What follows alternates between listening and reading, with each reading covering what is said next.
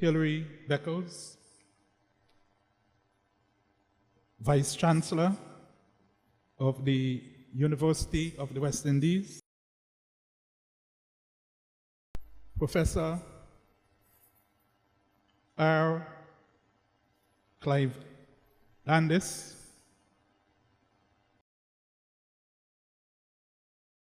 Principal, Vice Chancellor and Principal of the UWI.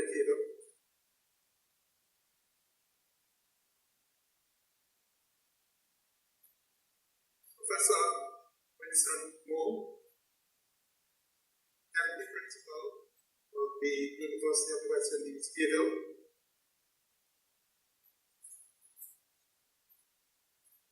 Dr.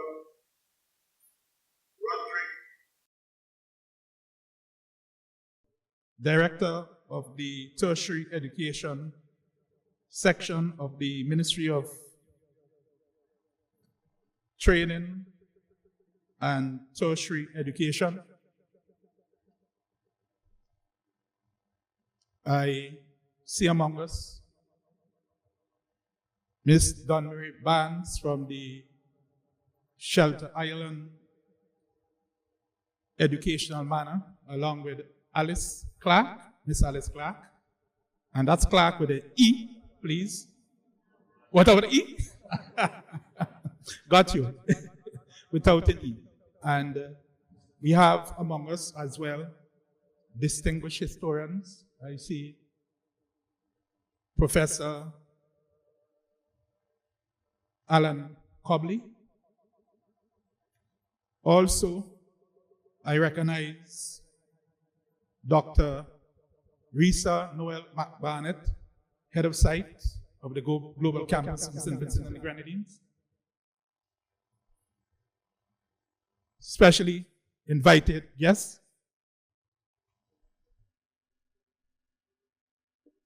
Specially invited guests. Ladies and gentlemen, thank you.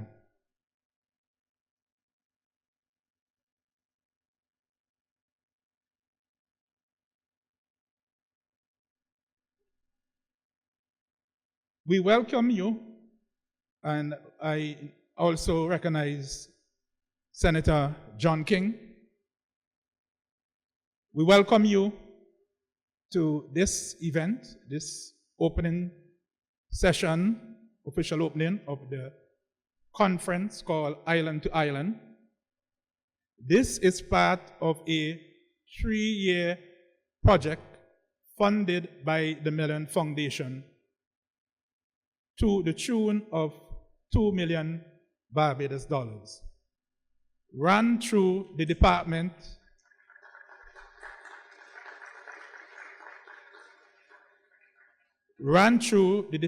of History, Philosophy, and now Psychology at the UWI Cavell, with the principal investigator, Dr. Henderson Carter. Dr. Carter, please stand so everyone could recognize you.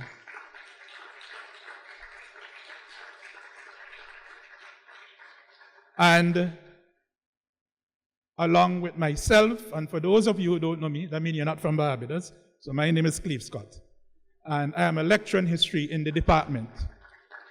Also, we have Dr. Rodney Worrell, who is the head of the department, as a co-investigator.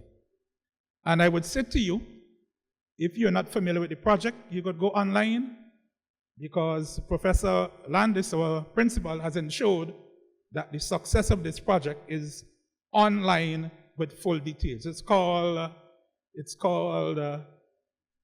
Historical Connections, Island to Island. So we thank you for coming, and we thank the Mellon Foundation, we thank the Shelter Island Educational Manor. We also thank our partners from the New York University who are here with us. New York University, students, please stand on faculty.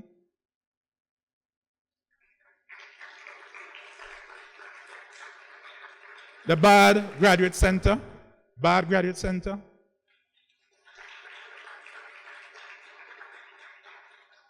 and the University of Massachusetts at Boston, otherwise known as UMass.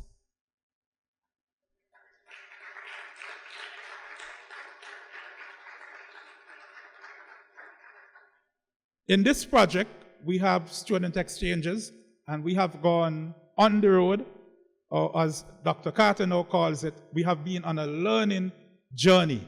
We drove, Sir Hilary, I know you are aware of this, from Shelter Island, we went across in ferry, and we drove all the way up to Boston. And according to Dr. Carter's calculation, we delivered over 60 hours of lectures and tutorials on the road. And so, Professor Landis and Vice Principal Mo, you might be getting a recommendation for modernizing our delivery. So we thank you all for being here. So, to welcome you to this evening's session, we want to invite Professor R. Clive Landis, who is Pro-Vice Chancellor and Principal of the UWI Cable. Welcome, Professor Landis.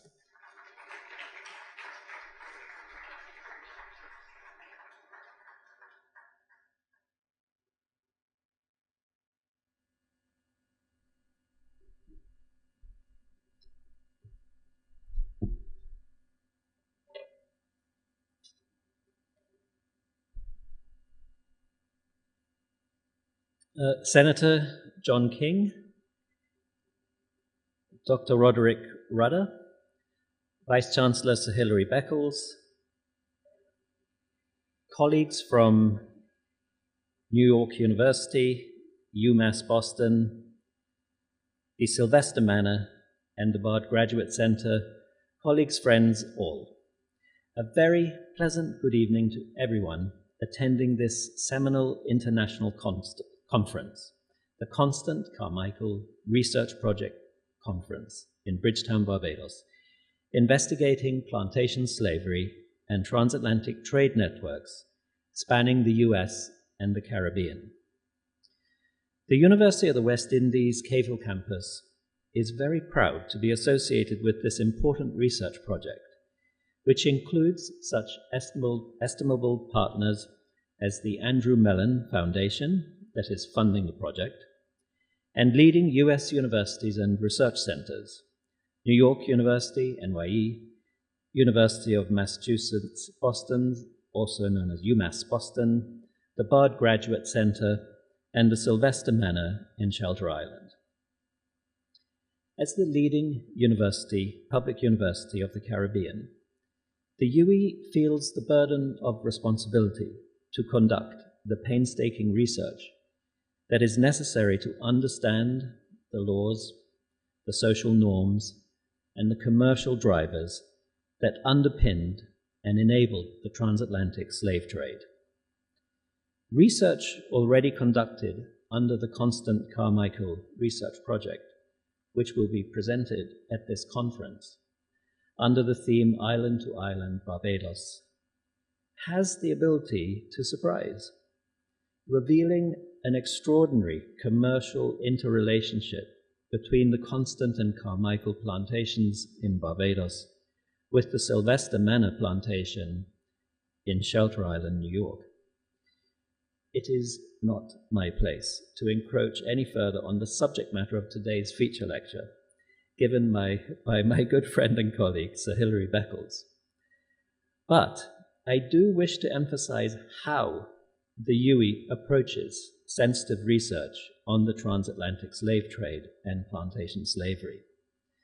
The UWI takes special care to engage with partner institutions in equitable relationships that offer reciprocal opportunities for research and study tours, benefiting students and faculty from either institution in both the US and the Caribbean. The Constant Carmichael Research Project is a best practice of this kind of relationship, having already facilitated study tours from Sylvester Manor and UMass Boston to Barbados in May and August of 2025, while UWI researchers visited New York and Boston in June and October of 2025, respectively. Altogether, a total of 60 students will benefit from this unique research experience over the course of the project. Postgraduate students from the partnering universities will be presenting their research at this historic conference, the first of 2 such conferences planned under the project. While the student research arising out of this exemplary collaboration is certain to be one of the conference highlights, the benefits of the research will not be confined to the realms of academic research. An integral component of the Constant Carmichael Research Project is a public communication plan that will feature, inter alia, a 30-minute documentary as well as 10 social media podcasts. Now, when it comes to podcasts, I can confidently assert that the Department of History, Philosophy, and Psychology at the UE Cavell campus has mastered the art of the history podcast to capture the public imagination. As any Bajan or any of our visitors who have listened to the radio for just a few hours would know, the Cavell campus has now aired over 2,000 radio broadcasts of the very popular Today in Bajan History podcast, which is repeated 12 times daily across the stations of the Starcom network. Now, I'm not advertising for the Starcom network, but you would understand they only run it for 12 times because they know how popular it is. And they have 4 stations catering to all of the different demographics, and it's popular on all. So, there are many historians in this room, and, I want you to know that if you present your research in a very approachable way, it will be popular. The indefatigable Henderson Carter, our Dean of the Faculty of Humanities and Education and the Principal Investigator from the UE side on the Constant Carmichael Project, is also the driving force behind the Today in Bajan History podcast, which he wrote together with Professor Alan Cobley, and the companion coffee table book. Are you selling that, by the way? Well, all of you are going to be on the campus. It's available in the bookshop. It's an excellent deal. It's only $75. It's an absolute steal. We are therefore confident that under his guidance, the Constant Carmichael Research Project will not only advance our understanding of plantation slavery within the halls of academia, but will also raise awareness among the public, in the Caribbean, and the US more widely. So let me conclude my brief remarks by wishing all participants of this historic conference a most illuminating and productive meeting. I trust that the conference will provide participants with an opportunity to form enduring bonds of friendship and collegiality across the oceans. Thank you.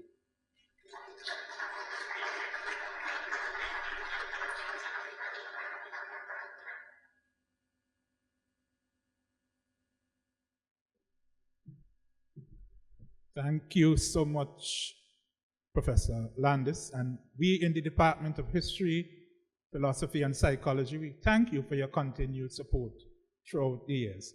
Continuing a good tradition from Sir Hilary and from the Right or Honorable Professor Eugene Barreto. We in history, we continue to enjoy the support of the leadership of the university, and they all deserve a round of applause for that.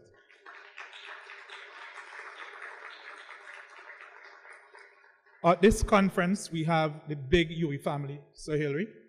We have from Mona, we have from St. Augustine, Dr. McCollin, could you please stand? And earlier I mentioned Dr. Risa Noel McBonnet. Dr. McBonnet, could you stand? Coming in the morning from Mona, we have Dr. Candia Mitchell. And Professor Landis, I'll tell you something. A lot of these people, they have a lot to do with the Cavell campus. Because at Cavell, thanks to the tradition of people like Sir Hilary, we take history serious. And we're going to have next a performance from the Haynesville Youth Club, led by a PhD candidate in the Department of History and Philosophy, Sophia Lee, who has done her master's and now is doing her PhD under my supervision. Please welcome the Haynesville Youth Club.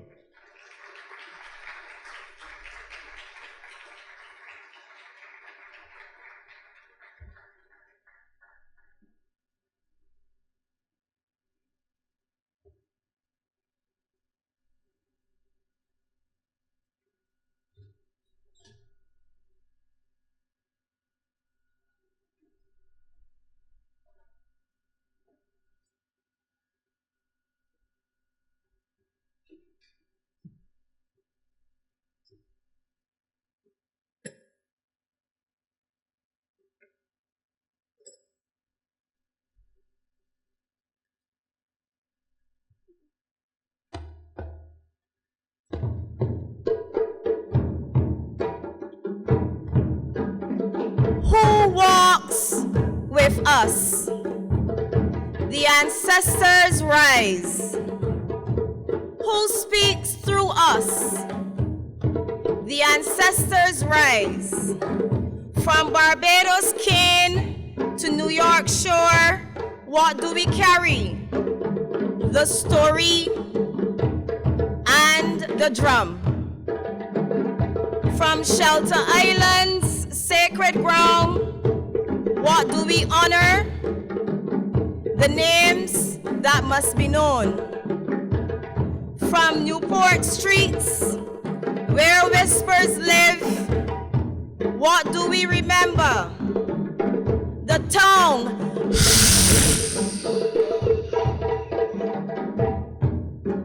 they could not steal. And when we dance for them. And when we drum for them. And when we rise as one. Across the water, we rise. We rise. Yahweh,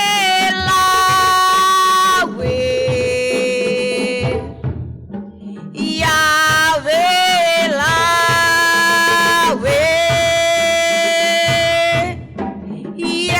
Yahweh,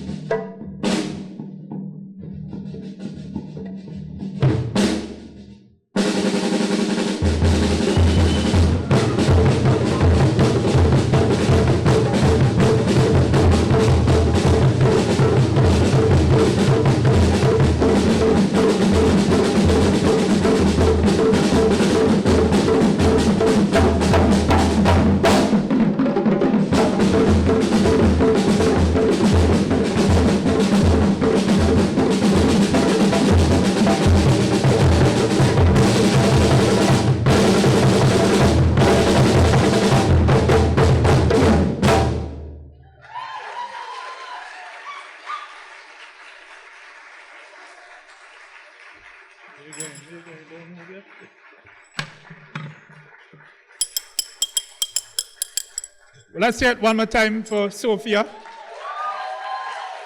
And Sophia is doing her PhD in history. She went to Shelter Island with us, and she had some close discussion with Donna Marie. And in this presentation, she incorporated some of the historical findings. And you did a very good assignment. I think I'll give you a plus, Hillary. There you go. We want to welcome next Dr. Roderick Rudder. Dr. Rudder.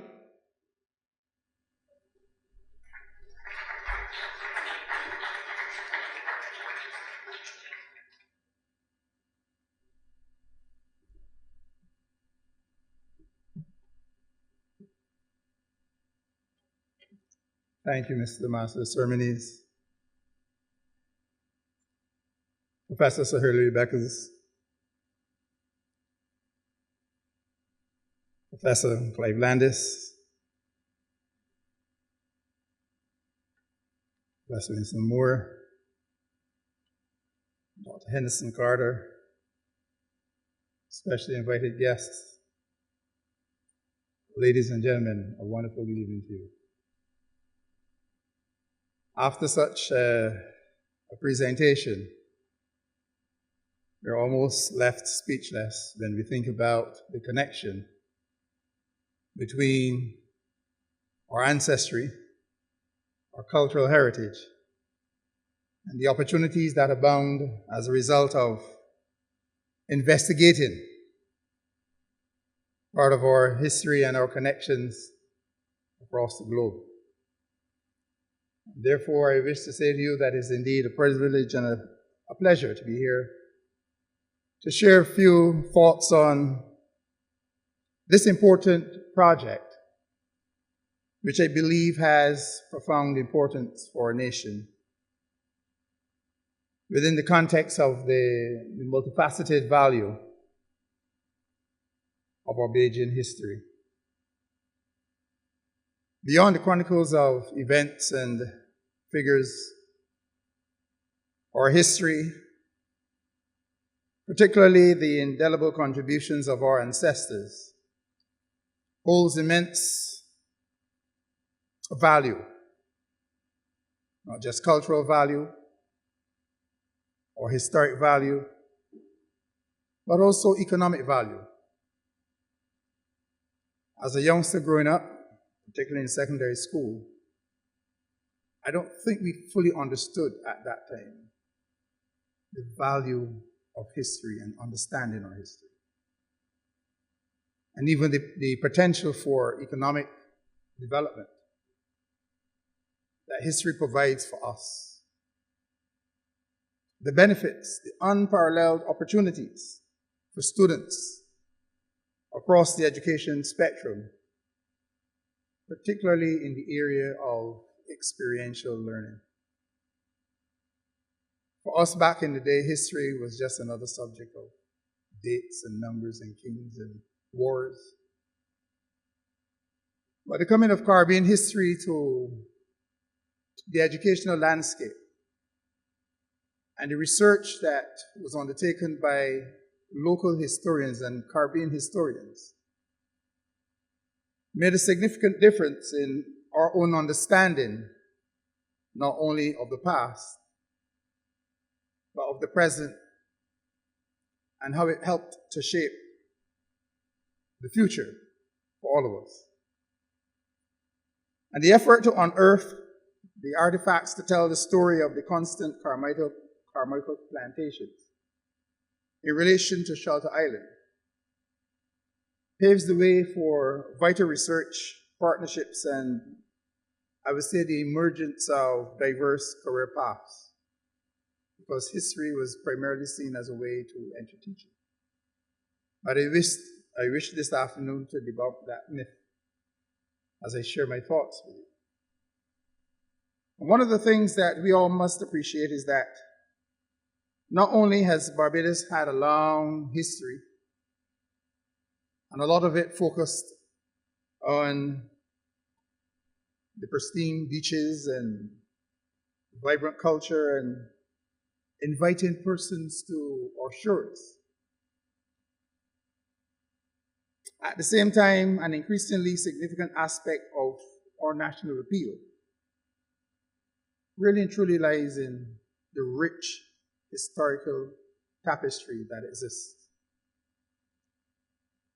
And one of the things that I wish to share with you is the fact that it is borne out in the transformation that we have seen across our tourism sector, for example, which is a cornerstone of our economy and contributes essentially just about 17% of GDP.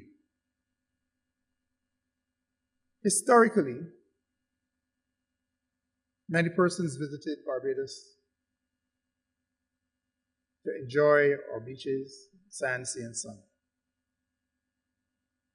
But the modern visitor seeks an experience beyond just sand, sea, and sun.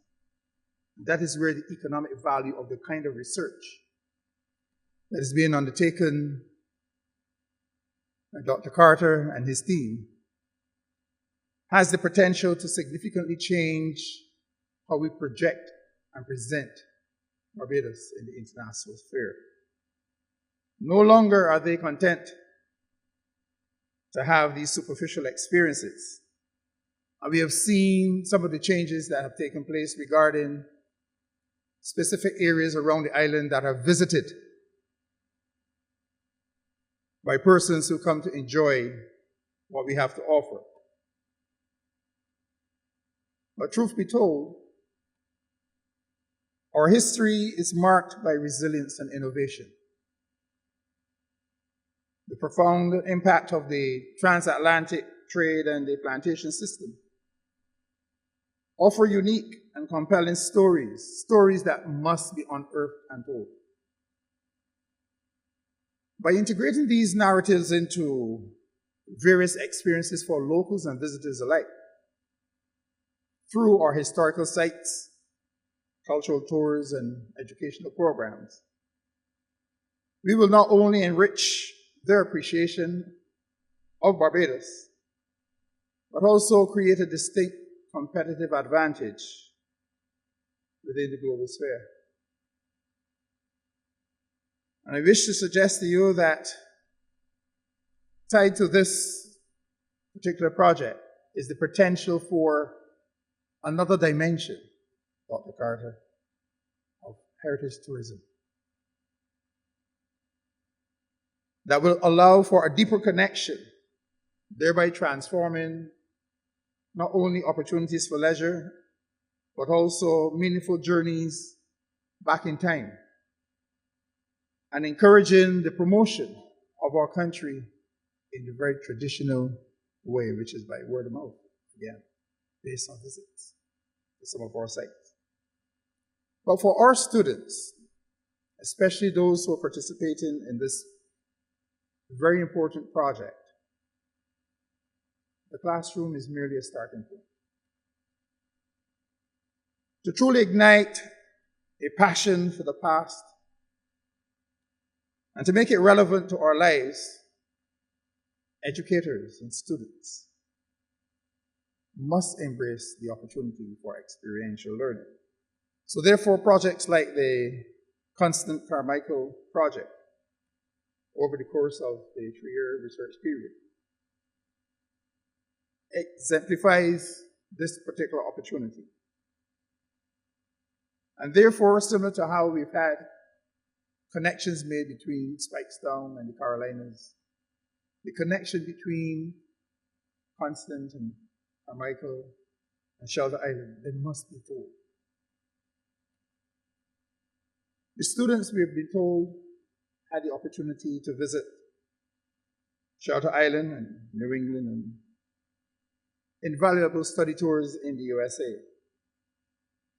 And these study tours, in terms of visiting places like New York and Shelter Island, Rhode Island, and Boston, not only provided direct access to material in terms of libraries and archives, but also the opportunity to foster deep, real learning to advance their own studies. And such immersive experiences move history beyond what we would have seen as the traditional textbooks, allowing students to touch and feel and see the remnants of the past, thereby making it exciting, meaningful, and profoundly personal. Participation in such projects cultivate critical thinking. Across the education system, that is one of the areas that we recognize needs to be strengthened. The whole question of enhancing critical thinking among our students, and history provides just that opportunity. Developing research skills and a deeper understanding of historical complexities. This particular project offers our students just that opportunity. The Constant Carmichael Project also underscores the immense potential of the value of research partnerships. Collaborations with institutions such as the Sylvester Manor Educational Center, UMass Boston, New York University, and Bard Graduate Center, along with reciprocal visits, are crucial. These partnerships facilitate the sharing of resources, expertise, and perspectives, thereby leading to a more comprehensive and robust understanding of our shared history. And such collaborations are not just academic exercises. They're indeed engines to drive the expansion of knowledge.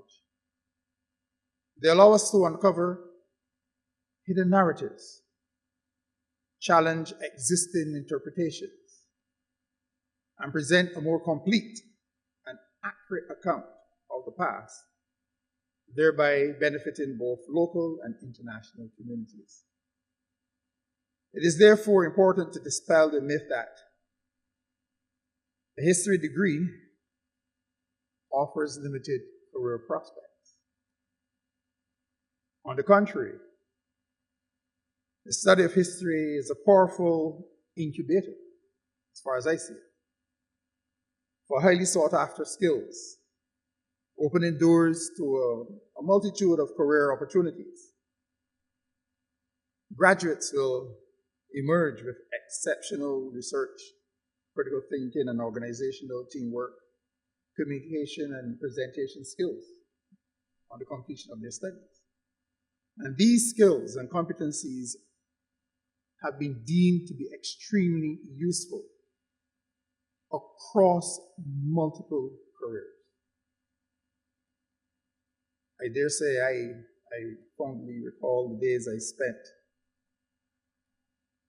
at Codrington College, Haywoods, and in Sutter Street with the late Dr. Carl Watson, as we undertook archaeological digs and explorations to unearth historical facts to tell the stories of our past relating to those geographic locations. And I must say to you that the skills developed at that time have had a profound impact on my own career. Those experiences reinforce the fact that the skills harnessed in the pursuit of a degree in history, especially archival work, archaeological digs, and investigating some areas that most people cringe to think about, graveyards in particular, to tell the stories of the past. These skills are indeed transferable and have proven to be invaluable to many persons who have pursued such studies. And therefore, I want to suggest to you this afternoon that careers, whether it be heritage specialists, as curators or university lecturers, school teachers, museum educators, researchers, archivists, librarians, it doesn't matter. Studying history has a significant place in shaping our culture. I want to give you a very unique example. We're actually seated in an area which is within the historic Bridgetown and its garrison, as you are aware. And within this historic Bridgetown and its garrison,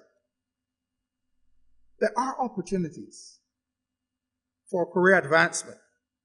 For example, developing specific types of heritage tours, which some do happen, but we're highly dependent on very experienced historians. Some of our younger students can be involved in these heritage tours, but there's a unique opportunity here. The old days of the microfiche are gone.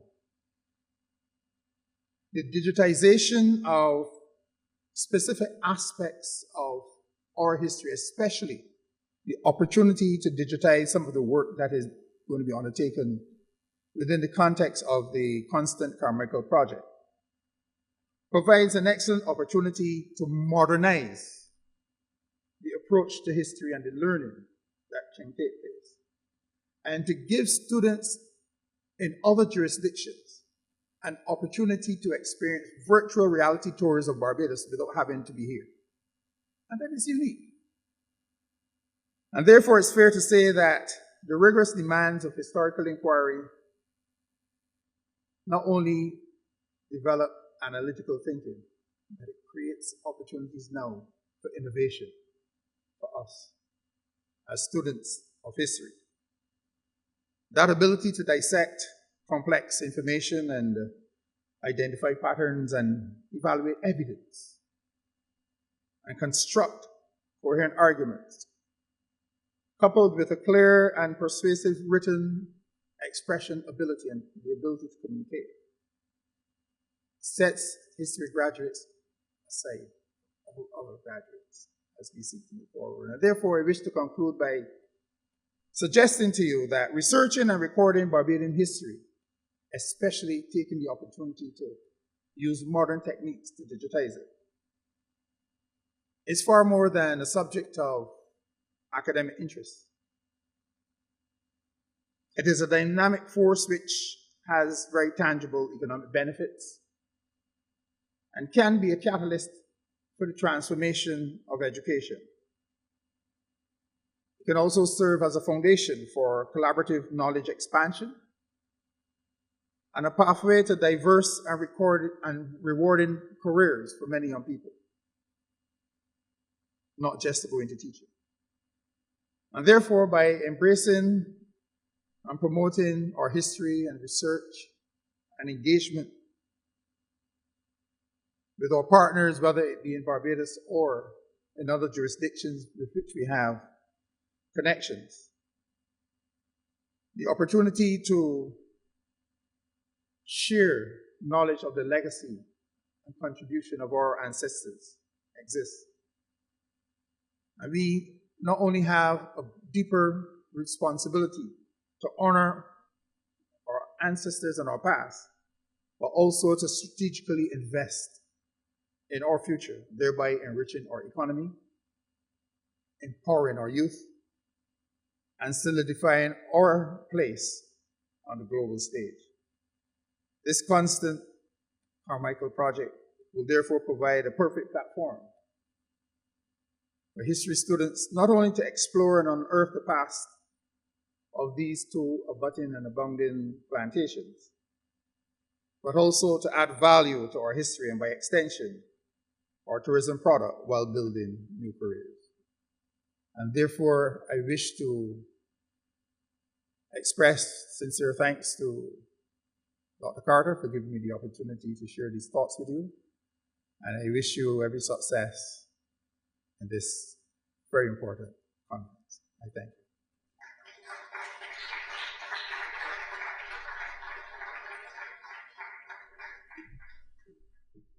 And of course, you figure that Roderick is a KVL graduate and he dabbled in history. I remember the days trying to get into, Professor Cobley trying to get into Dr. Watson's office, and I have to wait outside on Roderick to come outside.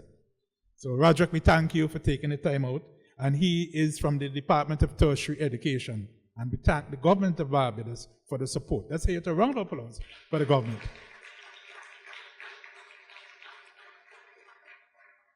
Part of this project is building alliances locally. We have here the Barbados Department of Archives. Karen, could you stand, please? A graduate of KVL in history, of course. The Barbados Museum and Historical Society. Alexandra, come on. I know you could walk up, Alexandra. Thank you. The Barbados Community College. I can't remember all the names. The National Library Service.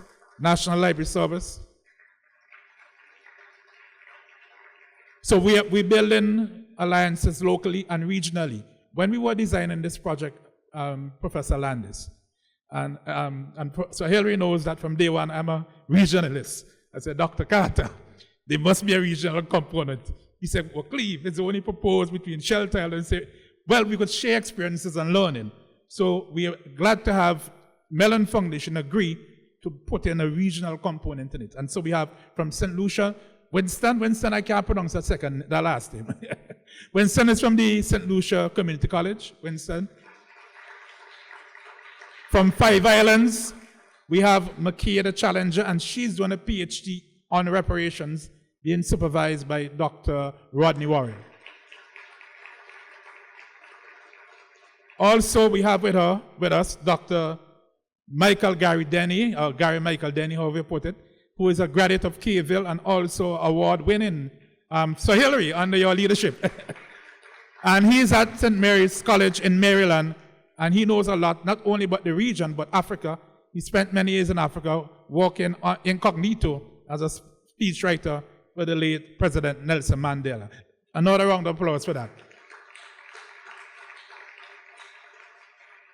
When we began to figure out how we were going to start up this project, one of the persons who Dr. Carter said we should speak to was the Honorable Dwight Sutherland. And I have never seen a politician so motivated by a cultural element, except perhaps Senator King, when you were in that section. But the Honorable Dwight Sutherland, he was so enthusiastic, and along with Senator King and the Honorable Minister, we had a thing called We Gathering? No, Standpipe Stories. Standpipe Stories, where we went to all of the parishes. How many parishes we have in Barbados again? Huh? Come here to teach visitors something, you know. Every parish we went and we delivered talks. And Dr. Carter insisted we must call it stories. And Dr. Carter told stories about coffins moving, about people blowing up mills, and all of these things. So we want to welcome the Honorable Dwight Sutherland, the Member of Parliament for St. George, where we have two of the plantations that we are studying, Constant and Carmichael, they're located. Please welcome the Honorable Dwight Sutherland.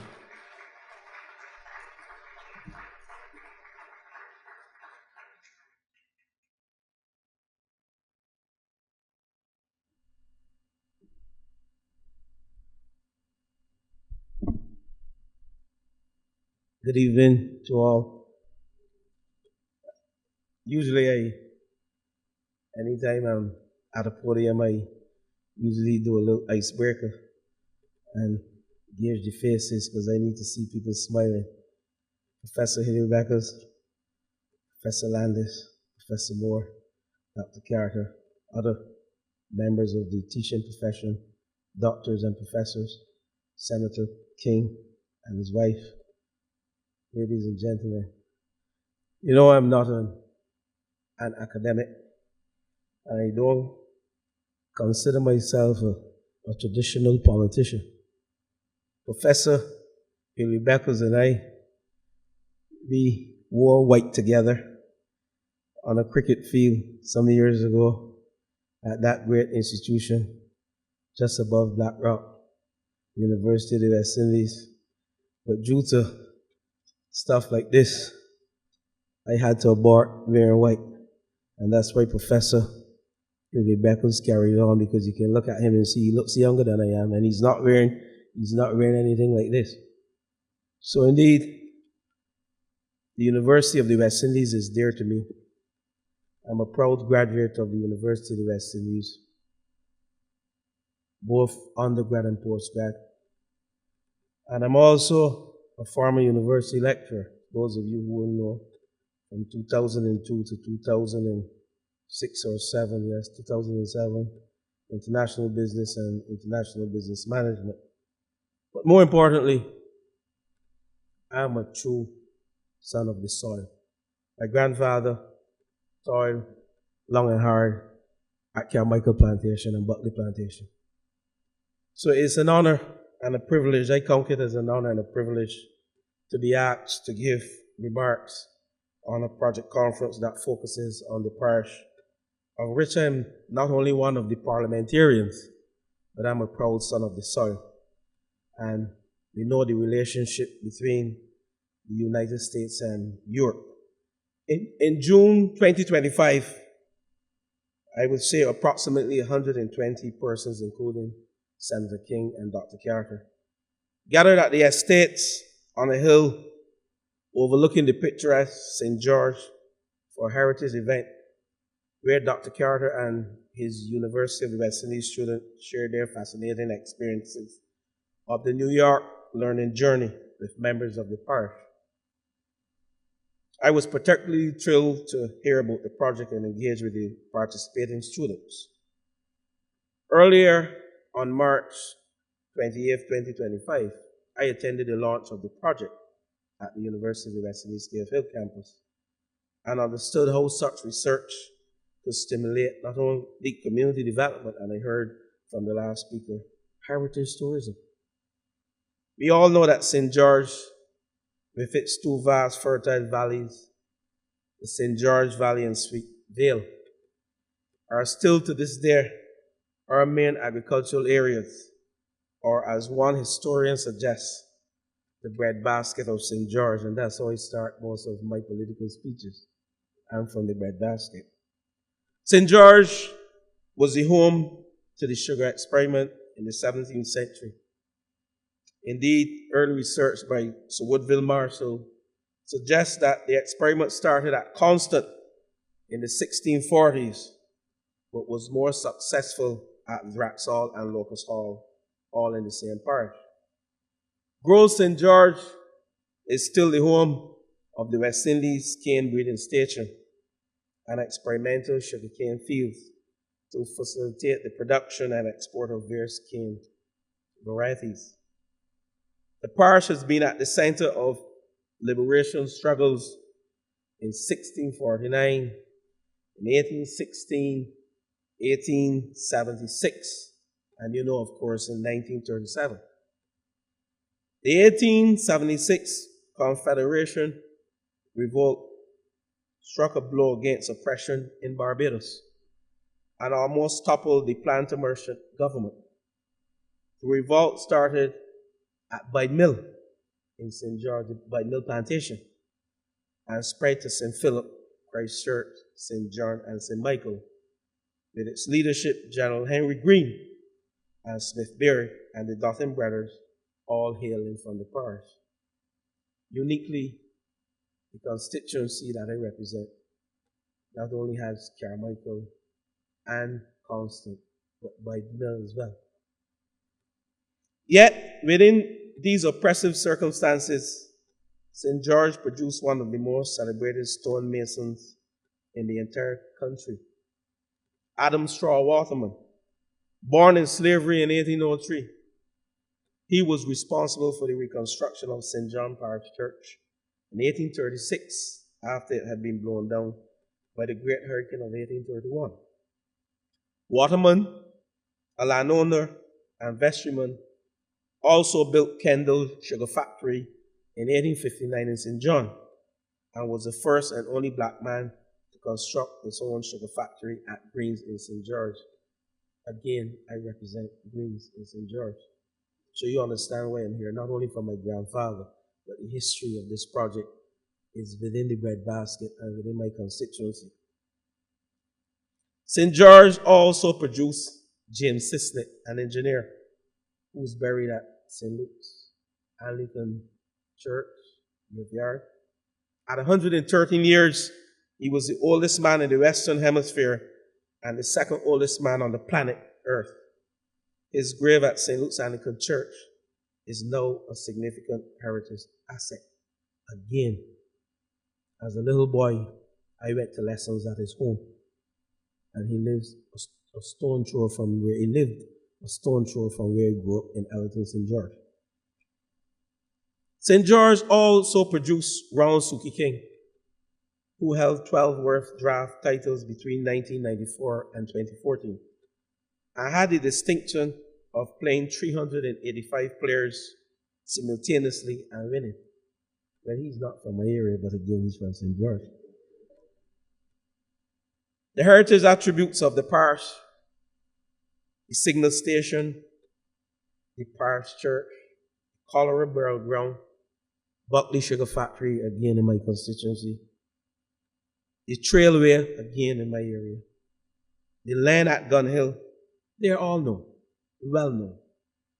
And when we add Constant and Carmichael plantations, especially the prospect of finding yet another enslaved burial ground at the former, it is indeed possible for the parish and the country to execute the sister city agreement conceived with Bridgetown and New York. As I see it, Barbadians can be encouraged to travel to New York, not necessarily to shop, as we heard from the last speaker, but to imbibe the heritage offerings such as Ellis Island, the African American Burial Ground, Shelter Island, Gauze Acre in Newport, Rhode Island, just to name a few. Indeed, the reciprocal study tours with New York University, Bard Graduate Center, and the University of Massachusetts, Boston can be conceived as a trial run for what I would like to call the Constant Carmichael Shelter Island Trail. And New Yorkers, especially those in the diaspora, can be encouraged to visit Barbados to tour the St. George heritage sites and many others outside the parish, such as Arawak Temple in St. Peter and the Heart Gun in Christchurch. So I'm extremely pleased today that the University of the West Indies has taken on this Mellon-funded project. I want to thank the Mellon Foundation and the team at the Sylvester Manor Educational Center for their kind assistance and support. I am sure that it will redound to the benefit of the students, the parish, not only the parish, but the parishes, and the country as a whole. So I end by wishing all the delegates and students a productive and engaging session over the next 3 days. And indeed, I look forward, whether in Parliament or out of Parliament, to be a part of this project, because my navel's train buried in St. George. I thank you, and God bless each and every one of you.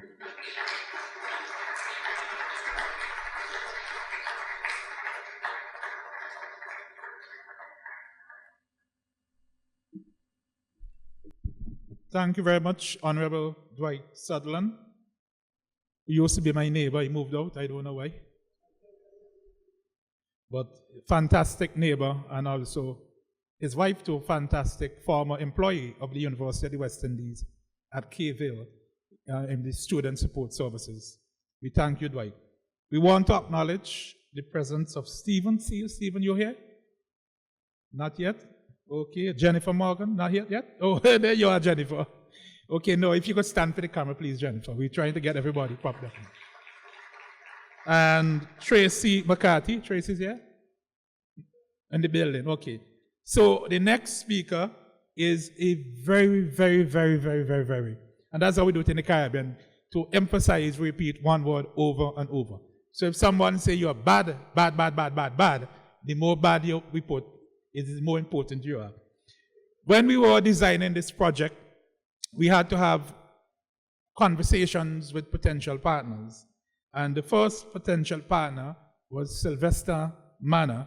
So we met with Donna Marie Barnes, who's the Director of History and Heritage, and we agreed that we would do this and that we'll be able to visit Shelter Island, which, believe it or not, many people do not know this place exists, including in New York.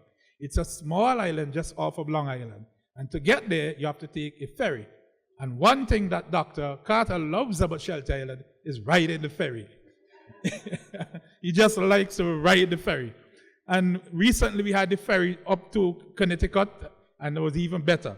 But Donna Marie Barnes is coming to address us to bring greetings from the Sylvester Educational Farm. Welcome, Donna Marie Barnes.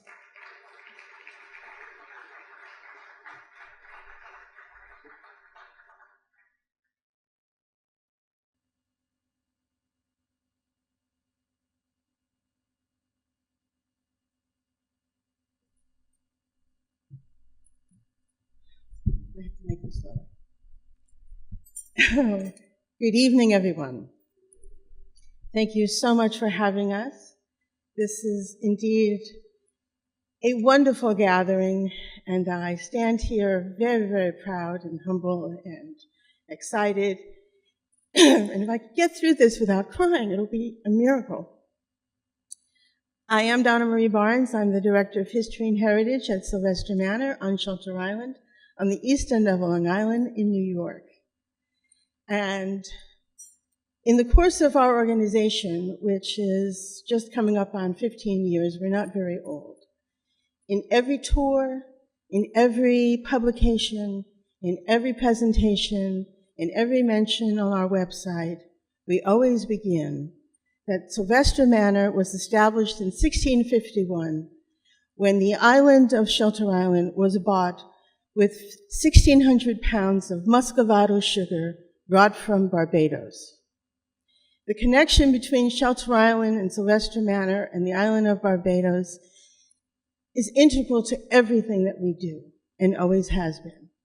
And so this opportunity to have this project, the Constant Carmichael Project, funded by the Andrew Mellon Foundation, which also is a funder for Sylvester Manor and our research projects and our collaborations with our academic partners, has made it possible for us to dive deeper into this history, into this connection, and to find evidence of those connections in every archive that we look through, from Barbados to New York to NYU to Oxford University, Cambridge University, the City Archive of Amsterdam. We find evidence of this connection, of this family of the Sylvesters, who came from the Netherlands to Barbados to establish the Constant and Carmichael plantations, who then established a settlement in New York at Shelter Island, which became Sylvester Manor. These connections are deep, and this history is big. And so we have always said at Sylvester Manor that this is a big project. This is a big story, and we are its storytellers. I'd like to thank all of our partners, Dr. Carter and Dr. Scott, for having us be contributors to this project. It has been an interesting and fun journey. We are only beginning, and we look forward to revelations to come. You must come back and hear what we find. When we tell stories of history at Sylvester Manor on tours or presentations, I always say, You can't go away thinking that you've heard the whole story. You have to come back again because there's so much that we have yet to find. And so I'd like to thank our professors and academics and historians and our guests from Sylvester Manor, my beloved students, who bring to this a study of, with their enthusiasm and their interest and their questions and just their love of what we do. Those of you who have visited Sylvester Manor know that we have a tradition at our burial ground, which we call the Afro-Indigenous Burial Ground, where our archaeology team from the 5th Center of Archaeological Research at UMass Boston has discovered and uncovered that there are close to 100 individuals buried there, enslaved Africans and free people of color, ranging from the dates of 1651 to 1908. We have a tradition every year, Juneteenth, on June 19th, a celebration of the calling of the names. And so tonight, I would like to bring our names home to Barbados. So I call Hannah and Chikero and Hope and Tamaro and Oreo and Nanny. And I'd like to call the names that we have recently uncovered who labored at Carmichael and Constant Plantation. I call Mary Jane and Noah and Henry and William. And we hope that soon we will uncover their stories. And we invite all of you to come along with us on this journey, to hear the stories, to spread the word, and to live this history. Thank you once again for having us. We are very, very proud and humble. My grandfather was born in Barbados in 1889 here in Christchurch.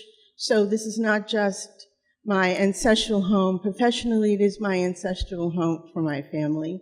And so tonight, in honor of my grandfather, I wear the gold bangles that he bought here and present you to my grandmother that were then passed to me. Thank you very much for having us.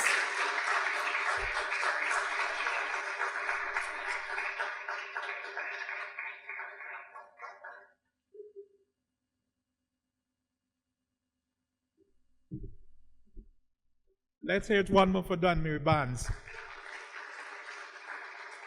And I'll say this to you, on our last trip where we went to Shelter Island, Donna Marie and Alice Clark, they went all the way with us to the University of Massachusetts, Boston. They went to Rhode Island, where all of the Bajan rum was converted as currency to pay for enslaved Africans and so on. And we're going to hear a lot more about that from Professor Beckles in a short. Now, we want to welcome Miss Maxine Brown, who is the Director of Culture, and Maxine is going to do a poem. One thing, the older you get, is the more you enjoy the fact that you taught certain persons. I had the opportunity to teach Maxine in primary school. Welcome, Maxine.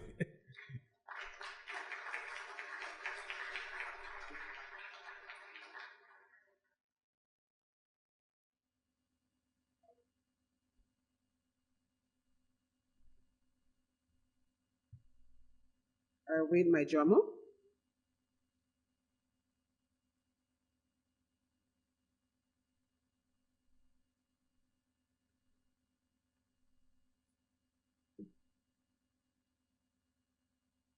I'd like to dedicate this poem to my ancestors, the Garinagu, who toiled long and hard to ensure that the Garifuna heritage lives on.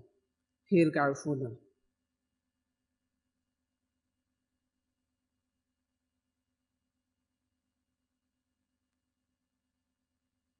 Because I have some extra time on my hand, I must commend the dancers who were here earlier. So put your hands together again for them.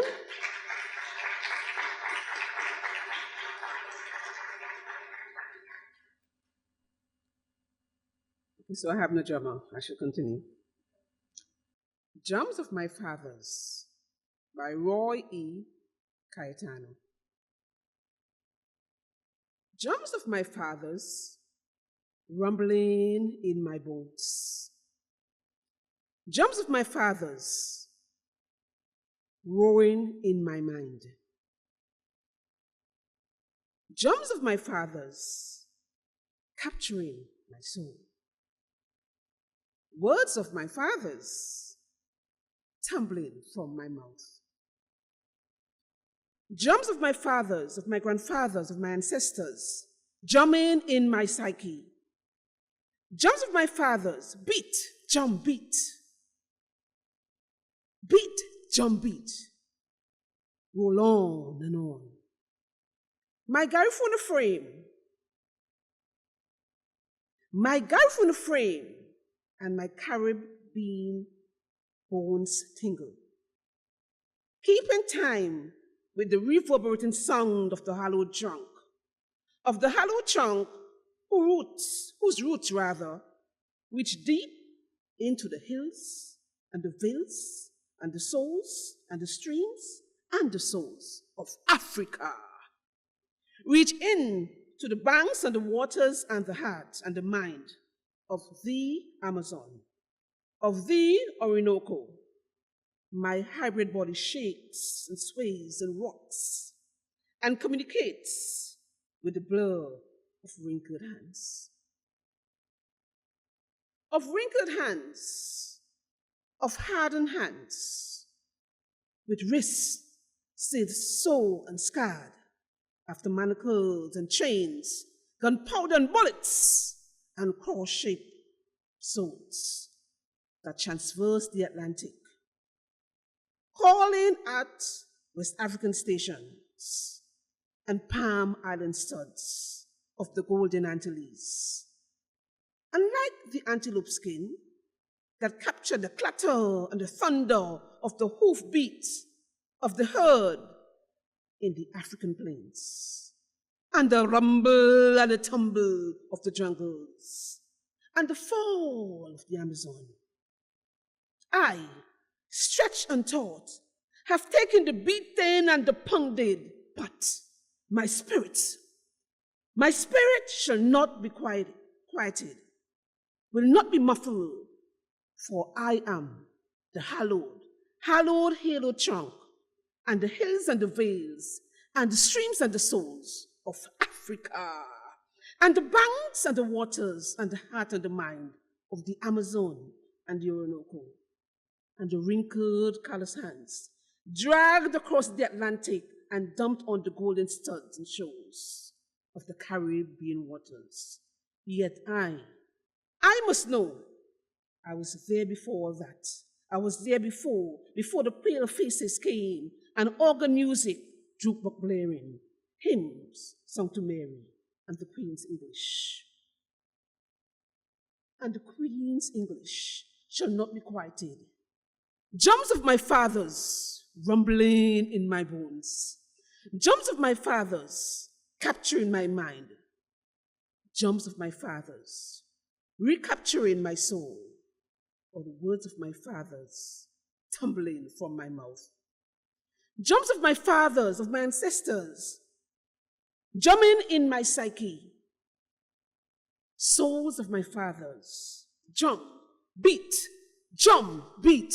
beat on and on and on and on and on. Drums of my fathers.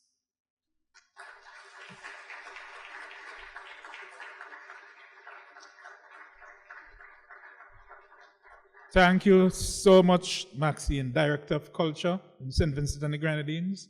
And she runs a dance group, drama group, everything. She's a culturalist, a cultural expert to the max. We come now to the centerpiece of this evening's engagement. When we conceptualized this conference, we had no doubt in our minds who we wanted to do this feature address. The only question is, where would this feature speaker be at the time? And as a person who always spies on Sir Hilary in airports, I said to Dr. Carter, most likely, if we get to him very early, he'll put it on his agenda.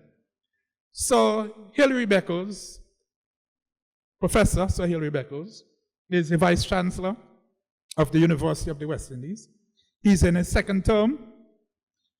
He is a former head of department in history at Caville, a former dean, and I would say he was an excellent dean. He assisted me personally as a young postgraduate. He went way beyond. I have to put that in. I'm not going to wait until many years after.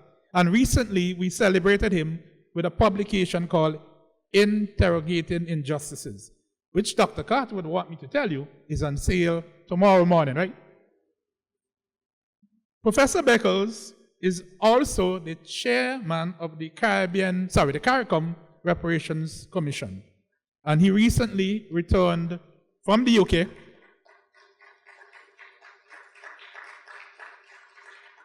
Recently returned from the UK on mission, and he was on his way to the UK on a plane when Dr. Carter sent him the message, and he read it. So let's him for that. He is also the chairman of the Caribbean Examinations Council, and if you follow the news, you hear that the CXC, they are moving into technology, and that again deserves a round of applause. At Caville, he was responsible for the installation of a number of what we call history assets or heritage assets.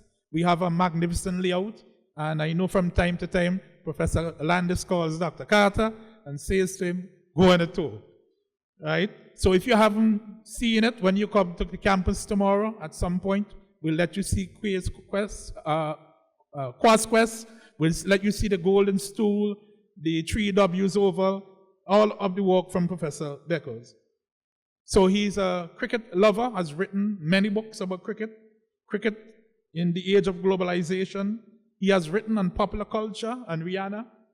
Rihanna is a global superstar. He has written on so many different topics.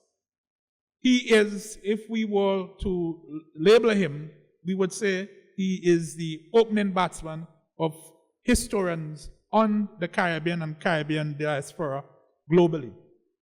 This evening, Sir Hilary would speak on the topic, Barbados and the Origins of Global Capitalism and Slavery. Barbados and the Origins of Global Capitalism and Slavery. Welcome, Sir Hilary Beckles, Vice Chancellor of the University of the West Indies, to do his address.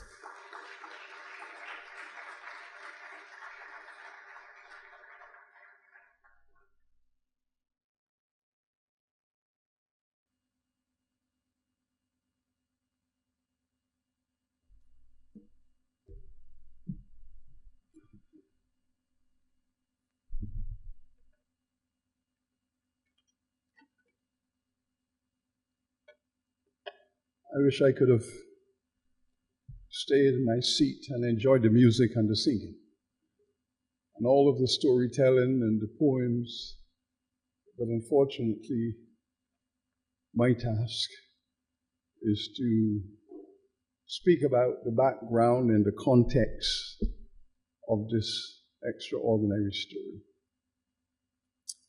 Now, Principal and your team, Dr. Carter and your team, all of my colleagues, all of our visiting guests, our partners from Shelter Island and beyond, New York, New England, elsewhere. It's wonderful to be in your company this evening. This story I'm going to share with you relates to what we now consider as one of the greatest crimes against humanity. It's an extraordinary story because it speaks to the phenomenal transformation which Barbados played in the development of the modern world. Now, it's a story that cannot be told without reference to the rise of the global economy in the 17th century. Now, the 17th century was the century that gave birth to global capitalism. The English and the Anglo-French and Anglo-Dutch coalition are responsible for the circumstances that indeed created the Shelter Island Project. So there's a world of history behind this story, and I will try to unearth as much of it as I possibly can. I will also speak about the family, the Sylvester family, an extraordinary family with revolutionary potential, and creating the context within which Barbados became the richest colony in the world in the 17th century. All of these stories are interconnected, and I will begin at the beginning. Barbados. It became a phenomenal economic enterprise because it was unique. The Europeans were spreading their colonial interests across this entire hemisphere. But there was something unique about Barbados. And I will quote for you the colonizers' own description. We have arrived at the island the Portuguese call Los Barbados. We have surveyed the island, and there are no people on it. Your Majesty, it's an empty island, perfect for our colonization. But there are houses everywhere. Now, there begins the story. An empty island with houses everywhere.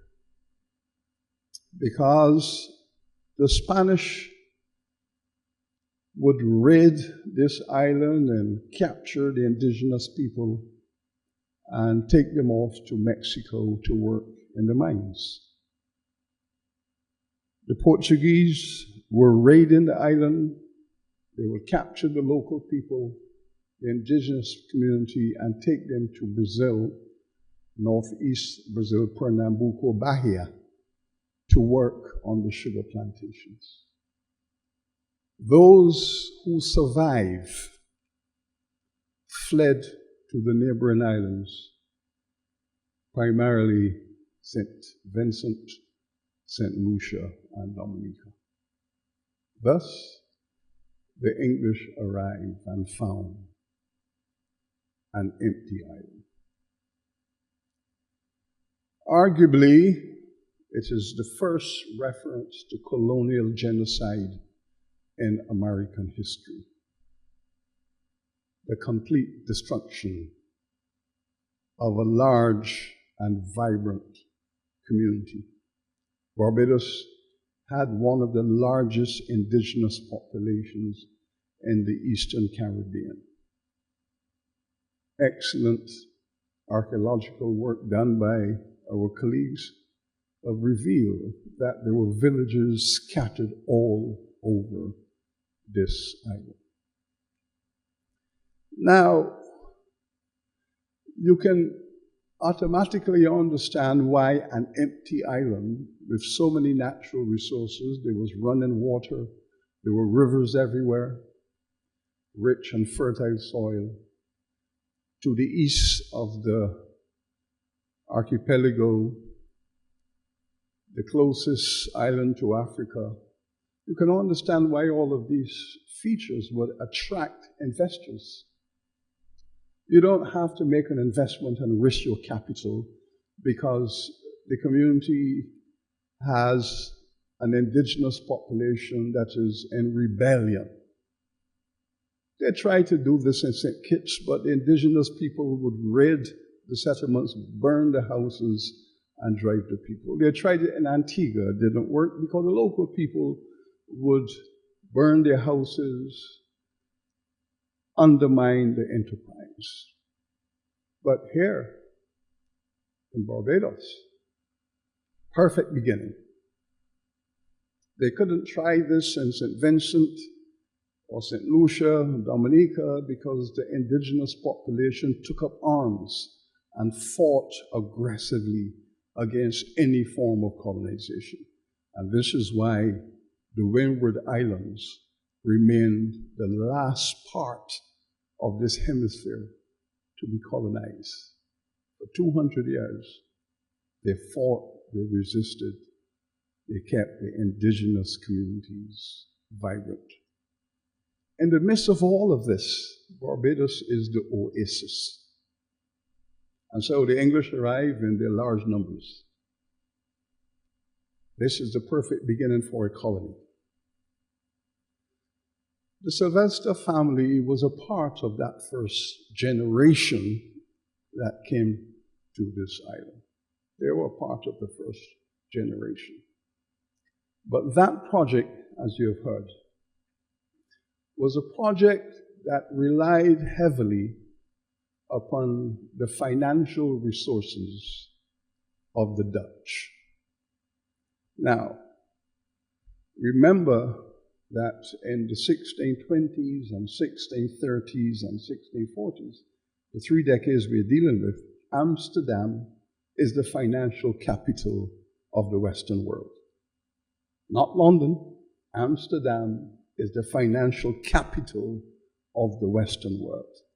This is where the merchants, the financiers, the bankers, the insurance people, all of that capital was consolidated in Amsterdam. And it had a great deal to do with the fact that the Spanish and the Portuguese had driven the Jews out of Iberia. The Pope himself had given the blessings to the driving of the Jews out of Christendom. And so the Inquisitions and the driving out of the Jews and the country that gave them refuge was what we now call today the Netherlands. Gave them refuge. And so the Jews took all of that capital they had been accumulating for centuries and moved it into Amsterdam, where they were given constitutional protection. And this is why Amsterdam becomes the financial capital, not only of Western Europe, but literally the world. It's in that configuration that the Sylvester family emerged. We know that Constant Sylvester was born in Amsterdam. His father had been there for quite a while, and that family consolidated its financial position in Amsterdam, where the capital was. But because they were an English family, Amsterdam-London became the bridge. And this became the place where this family is straddling the financial and commercial markets of Amsterdam and of London. Now, where it gets particularly interesting is when we realize now that Brazil, arguably the largest colony in the world, Brazil is the colony of the Portuguese. And the Portuguese are dependent upon the Dutch to fund plantation slavery in Brazil. So all of Bahia, Pernambuco, became the largest sugar plantation complex in the world, and it was funded by the Dutch. Dutch were the ones who were investing in the technology. The Dutch were the ones who had the slave trade well organized.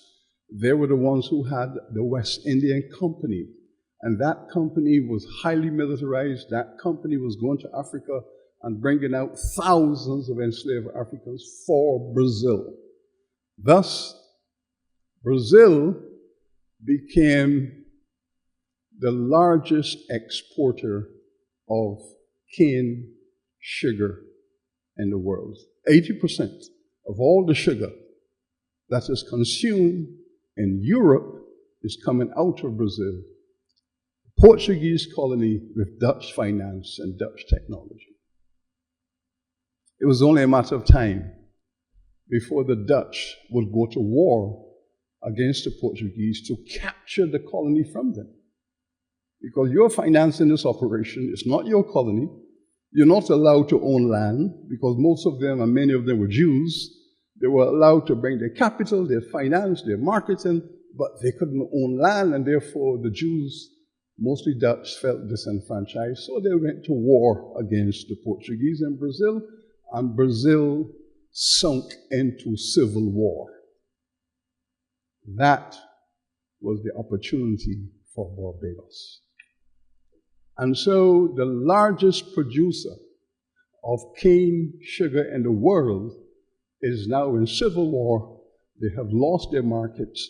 There is now a tremendous vacuum for sugar. There's a tremendous vacuum for slavery. And this is where Barbados was positioned. And so Barbados is now positioned to go into the sugar market, go into the sugar industry, and take advantage of this market opportunity. The Dutch lost that civil war in 1645. The Dutch lost that war and they were driven out of Brazil. And where did they come to offer their services? They came to Barbados to offer their services to the emerging English colonizers. We will fund you loans, credit. We will bring the technology out of Brazil, how to make sugar mills, how to grind sugar, distill it, how to make alcohol. The Portuguese in Brazil used to call it rum bullion. We will show you how to do all of that. And thus the Brazil-Barbados connection. And at the center of that was the Sylvester family, because they already had their connections. They were Dutch in Amsterdam. They knew the families there. They were part of the English infrastructure. So this Sylvester family was positioned with almost a perfect circumstance. Perfect. Capital, technology, market ability, Amsterdam connections, London connections, an empty island to start from scratch. And this is how the story begins. Now, the enterprise of Barbados, therefore, they were the first generation. They were fooling around with tobacco and cotton and all of those minority products. But sugar is the most lucrative agricultural commodity in the world. And the biggest producer has collapsed. Barbados is now ready to enter this market. The Sylvesters, their friends, the Dracks, the Middleton family, the Rouse, all of them combined to pull the Dutch capital in and to create this market. Now, before they could do that, there were some housekeeping matters to be taken care of. You don't make that kind of investment. You don't make that kind of investment in technology and agriculture unless there are financial and legal infrastructures in place. So they were fooling around with white labor. They needed labor, and the English were bringing out labor from England. This is a project under the management of the state. And so the government said, yes, we need some labor in Barbados. Empty the prisons. All those prisoners, empty them, send them down to Barbados on 1 year, a one-way ticket. All magistrates were informed. Any working class person who committed an offense, don't put them in a prison. Don't give them lashes. Transportation to Barbados.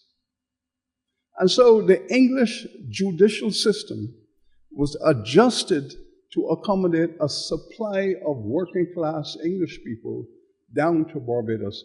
And Barbados in 1640 ended up with the largest white population in America.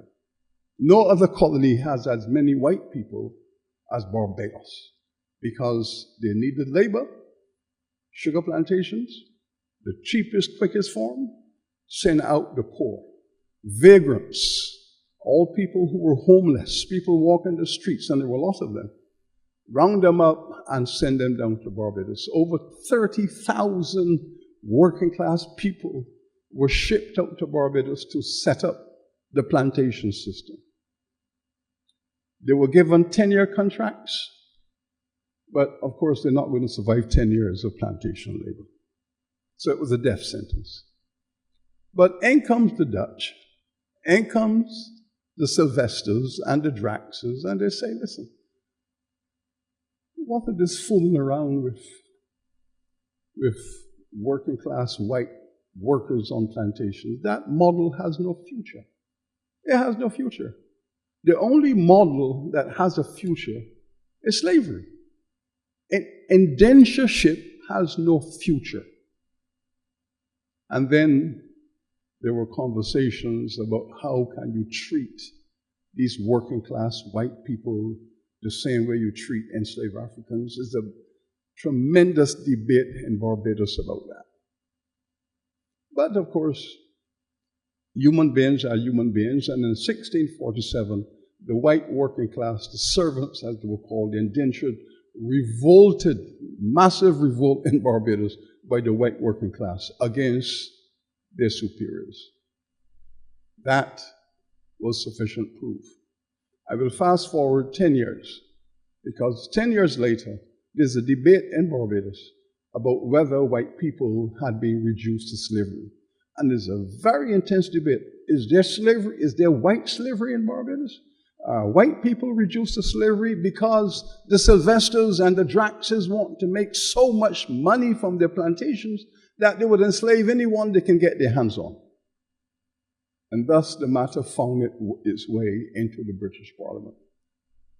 If you read that parliamentary report of 1659, two indentured servants somehow were able to get a letter to England to their families to say that they were now white slaves, treated as the Africans are.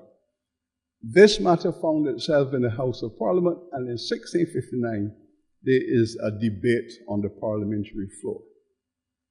It's an interesting debate because it's the first time I had read parliamentary papers and to hear members of Parliament in tears and crying.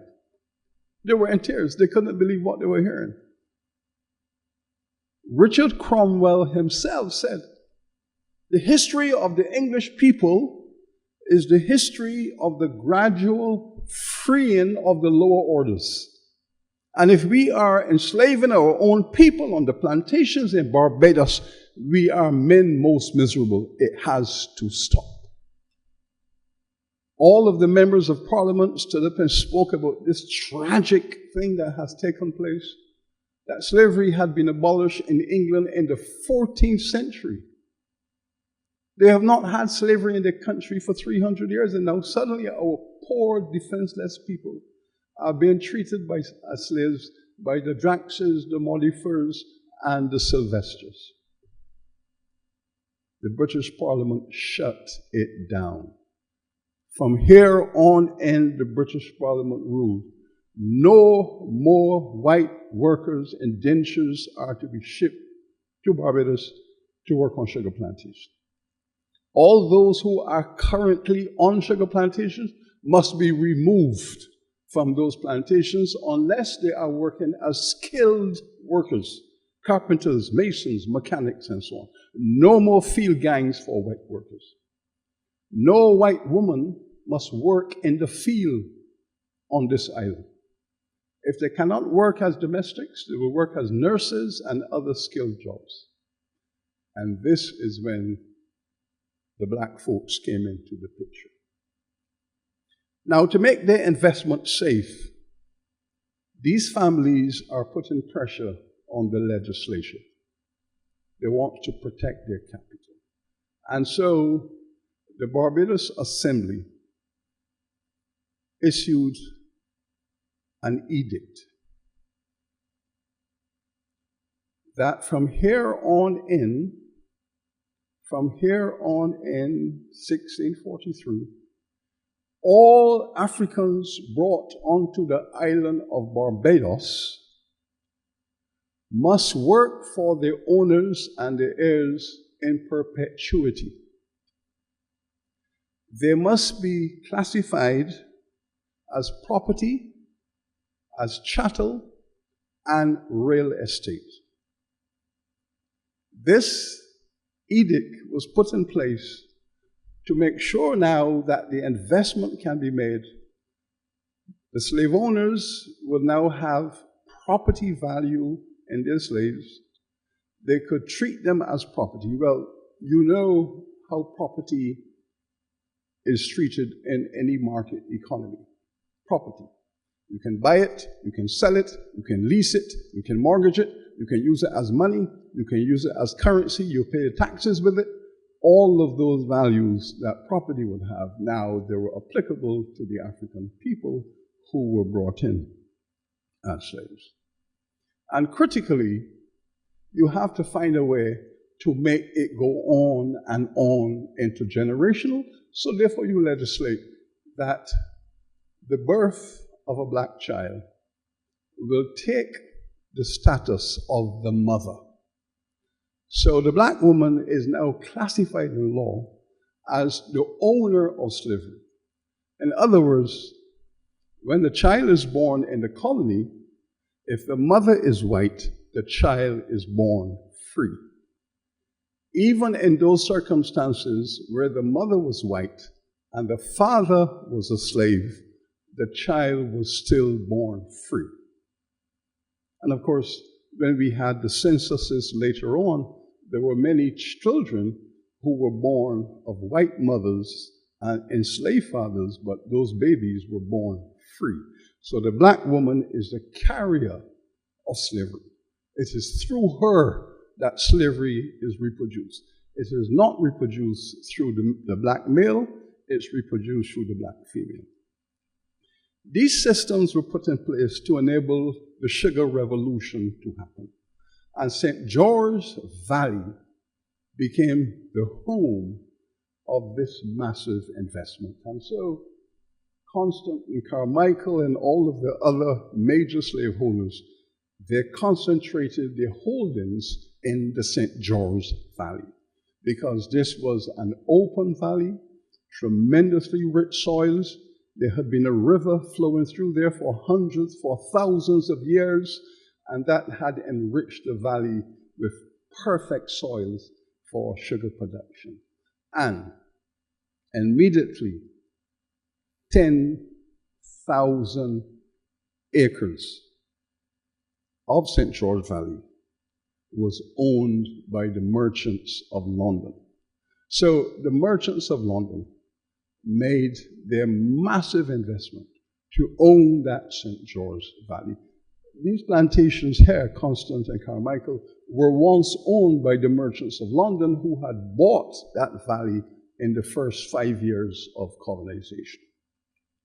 And so we are now in a situation where we have a direct supply of enslaved Africans. The Dutch are bringing them in.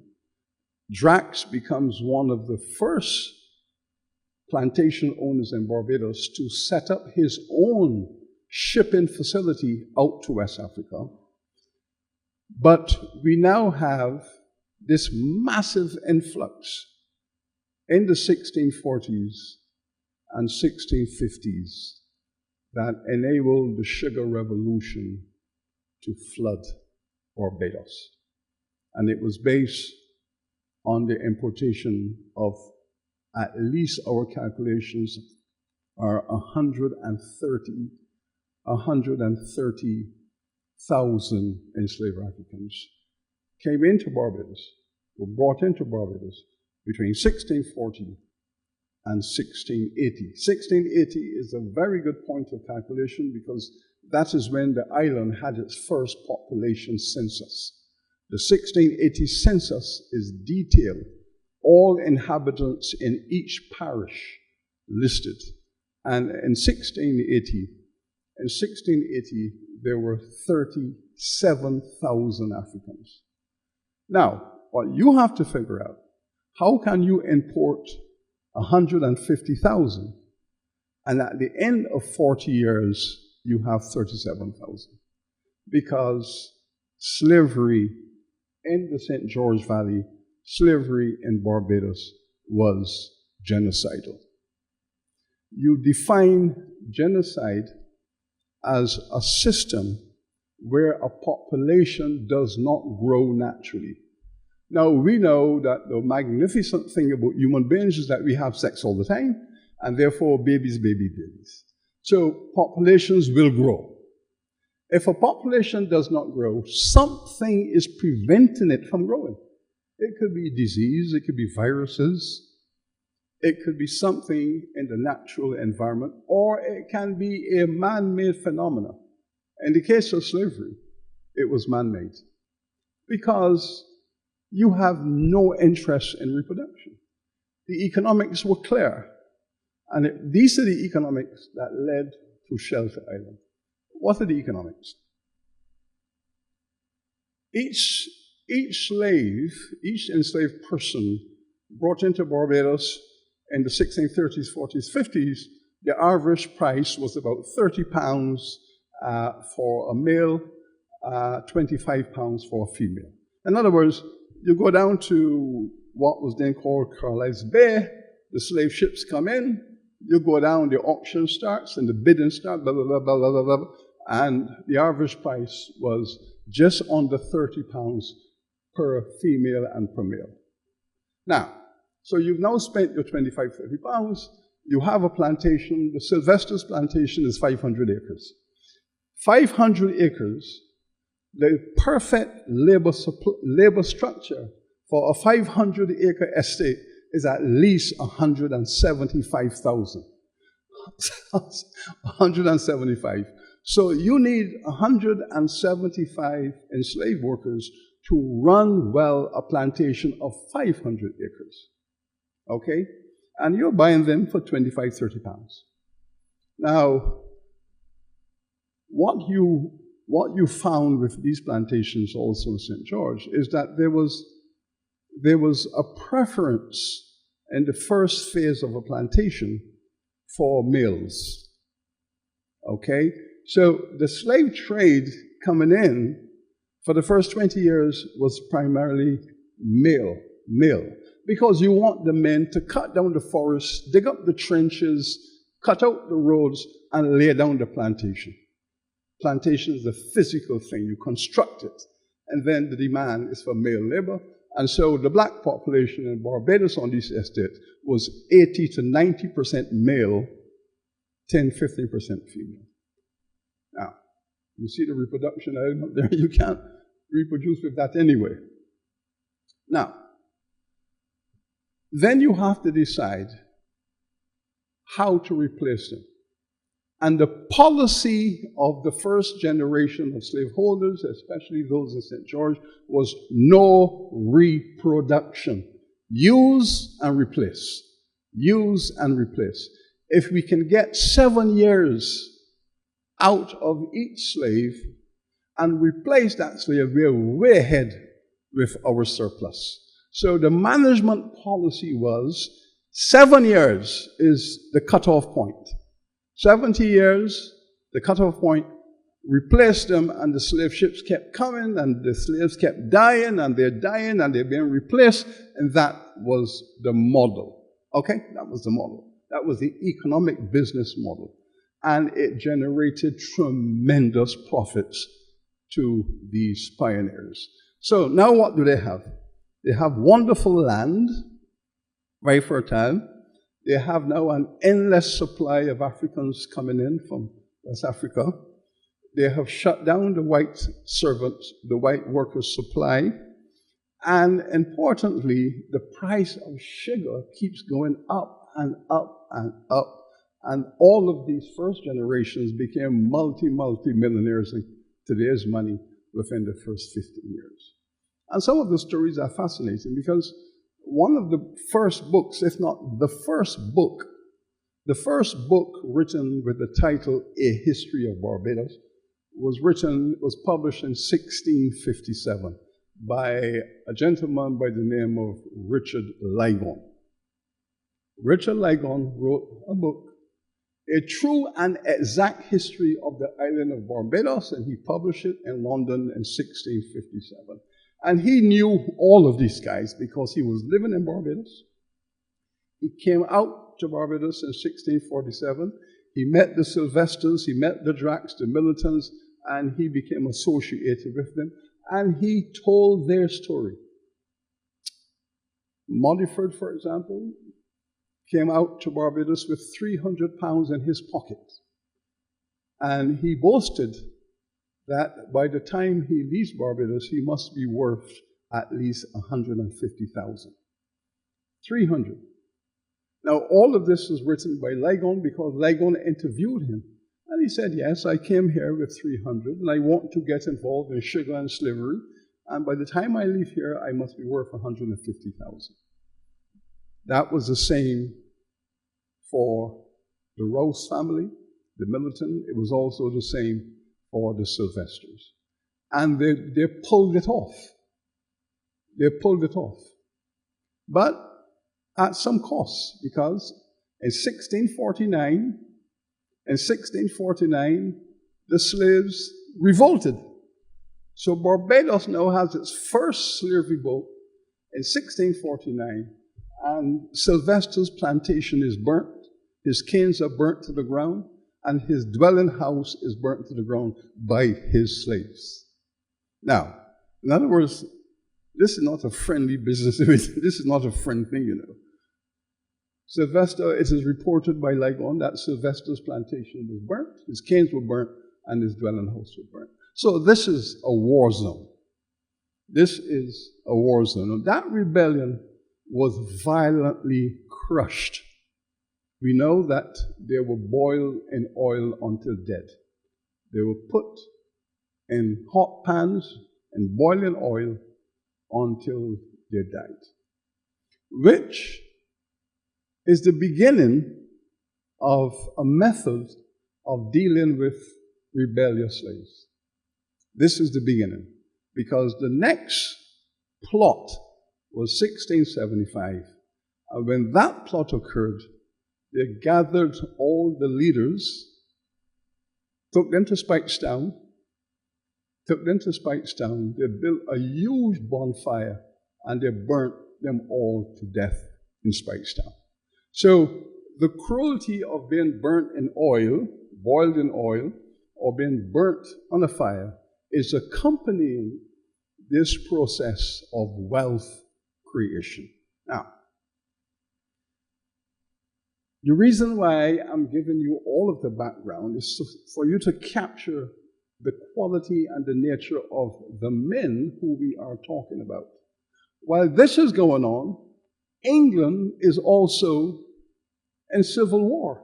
So 1649 is the year the Africans revolted in Barbados, but 1649 is also when this merchant class, having defeated the royal family and they bid Charles II, they chop off his head. So the Sylvesters were a part of the mercantile class that won that war and chop off the head of the King of England. Okay, so Charles I was put on the block and his head was chopped off. Sylvester was a supporter of that cause. He was a part of the campaign to rid the English government and the English state of a king. And that was the end. Of course, Sylvester was very clever. When Waldron arrived in Barbados as governor, his task was to clean up the island from all of those who supported the war against the king. And Sylvester and his friends, Millington and Rose, were put on a boat and banished from Barbados. Now, it's very interesting. So he has survived the revolt of his slaves, but now that he has revolted against the King of England and they're part of the army that brought down the king, the royal governor arrived and they were banished. And Sylvester and his business partners were banished from the island. Well, you don't succeed at being a phenomenal entrepreneur, wealth accumulator, unless you're also good at managing politics. Okay? You have this massive investment in Barbados, it's generating all of this profit. You have slaves on plantations, but you pick the wrong side in the battle. And now you have to pay the price. So he's banished. But they were able to mobilize their wealth in order to diffuse that situation and turn to the other side. And so they shifted their position, turned to the other side, and they were re-invited home. So he's banished in 51. He comes back in 52, and he's back in Barbados. But he did something that was phenomenal. Any man in this room would agree it's phenomenal. How can you seduce the daughter of the man who banished you and married her? And that's what Sylvester did. Governor Waldron had banished him forever, never to return here. But he buys his way back in. He comes back to Barbados, and he marries the governor's daughter, and he's back in business. Now, understand the kind of resource you're dealing with. So he's now an extremely wealthy man. He has a massive population of enslaved people. He is known to be a brutal person in relation to these enslaved people, and that is why his own people burnt his plantation. Now, how does he make the next move? Well, the next move is Shelter Island. That's the next big move. Why is it the big move? Because it is consistent with the business model. Now, if you have a plantation, such as Constant and Carmichael, in a valley like that, and you have, say, 200 enslaved Africans, you don't want to be allocating 20% of your land to plant food to feed slaves. You're going to take 50 acres of your 500 acres to plant potatoes and corn and so on to feed your slaves? No. What you want to do is make sure that of your 500 acres, if at least 490 of those acres can plant cane, you plant cane on every square inch of that plantation, because the sugar on the world market is going to bring the profits in. You will be cheating yourself to allocate some of your land to plant food. And the Barbados model was no allocation of good land to plant food for Africans. So what you do, you find a place, and this is what they found, Shelter Island, where you can grow food or harness food and ship the food in to feed the slaves. And Shelter Island was the project that allowed Millington, Sylvester, and Rose to offshore the supply of food to the slaves. So they went up there and they said, fine, this is what is called provisioning. You know, you're provisioning your plantation. That's what you're calling it. So you can plant food, you can have salted pork, pigs and so on, cattle, right? And you can have this consistent large supply of food coming in to keep your slaves alive. Salt fish, salt pork, and so on. Plus, of course, you can also import building materials. And so Shelter Island was going to supply also the building materials. The pine to make little chattel houses for the slaves. Pine, you know, pine doesn't last very long. 3 or 4 years of rainwater, you have to start over again. And then oak for furniture and strong building. So Shelter Island was supplying the foodstuffs for the enslaved, the building materials, the pine to build the chattel houses, and the oak to build panelings and so on in the great house. And Shelter Island enabled the Sylvester family to maximize their profits even more so. But the consequence of that was the massive genocidal tendency over the black population. And that was the model that Sylvester, Drax, Middleton, Holdip established in Barbados. Now, you might be shocked to hear that over the full stretch of slavery, 600,000 Africans were imported into Barbados. 600,000 Africans were imported into Barbados. What is the population of Barbados today? 280,000. It is still a quarter of what was imported. When slavery was abolished in 1834, the slave population of Barbados was 83,000. How do you reduce 600,000 people to 83,000? Less than 15% survival rate. So Barbados has become the island where the second genocide took place. The first genocide against the indigenous people, and the second genocide against the African people, because only 15% of them survive. And the result of the business model.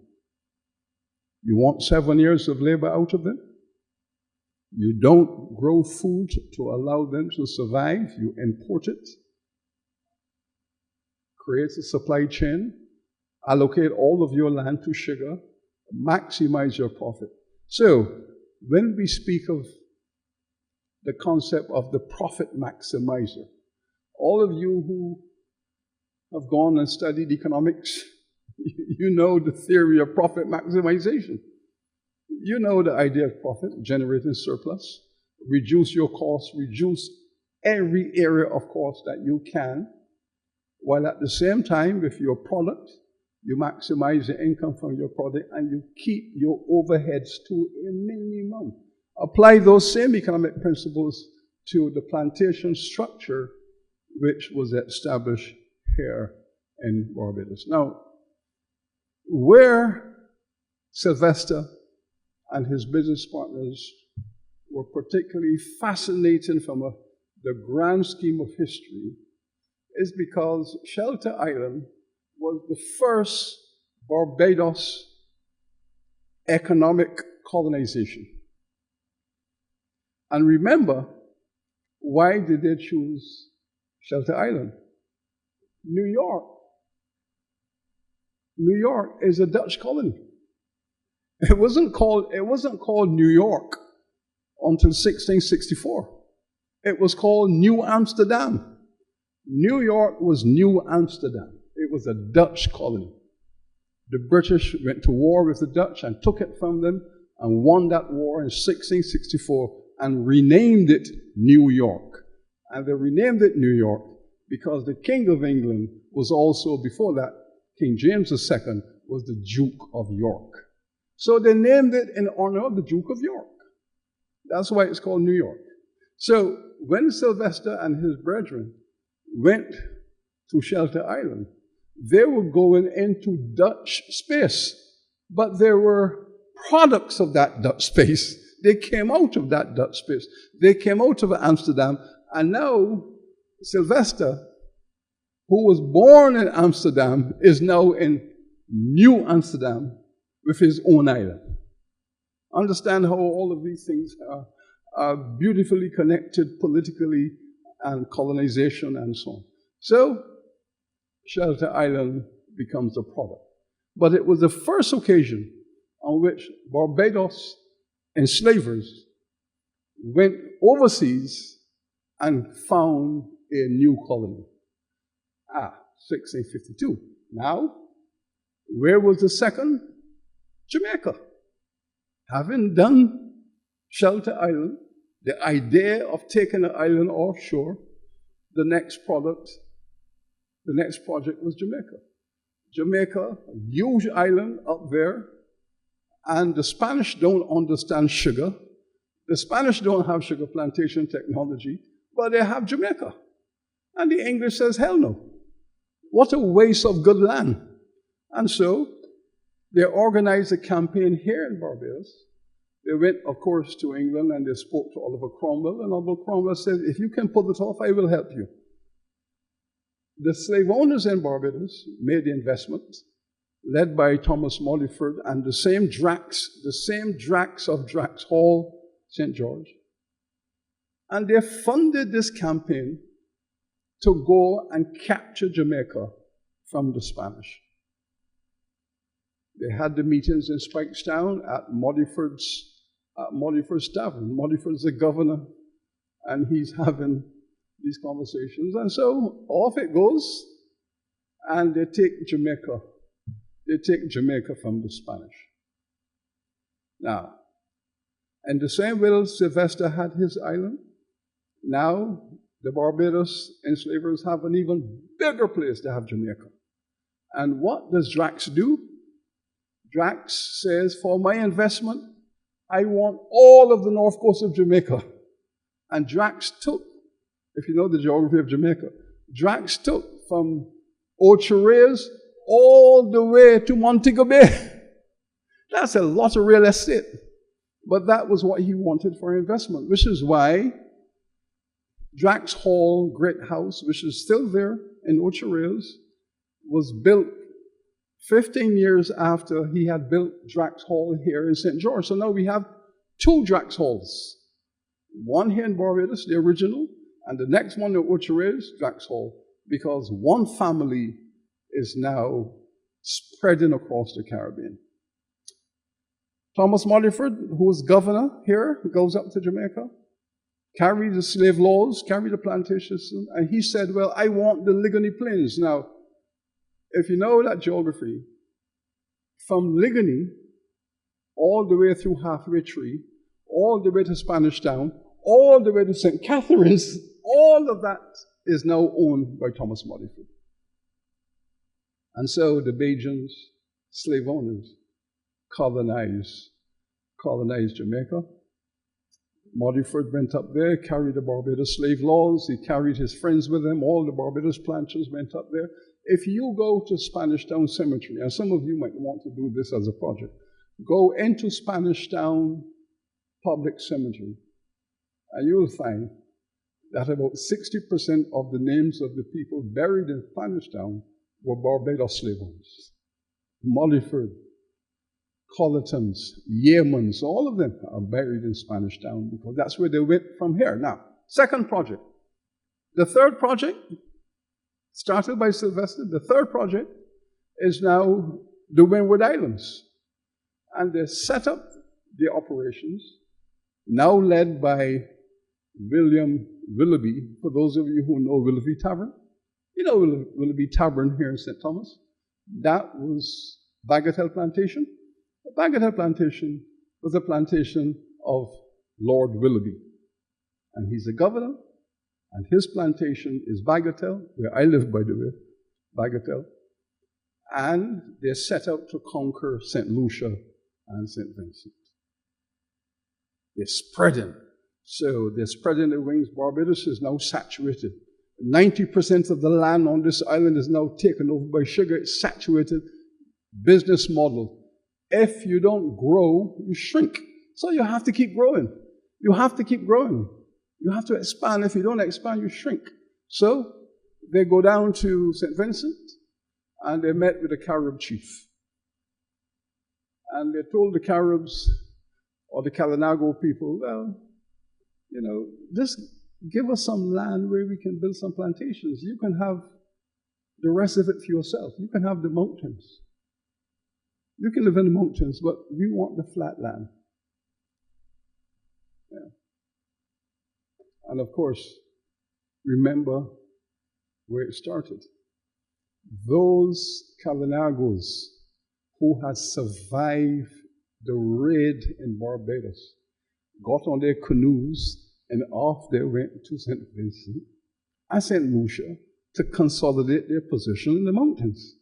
So when 40 years later Willoughby arrived in St. Lucia and St. Vincent wanting to meet with them, he's meeting with people who had lost control over Barbados, which was one of their homes.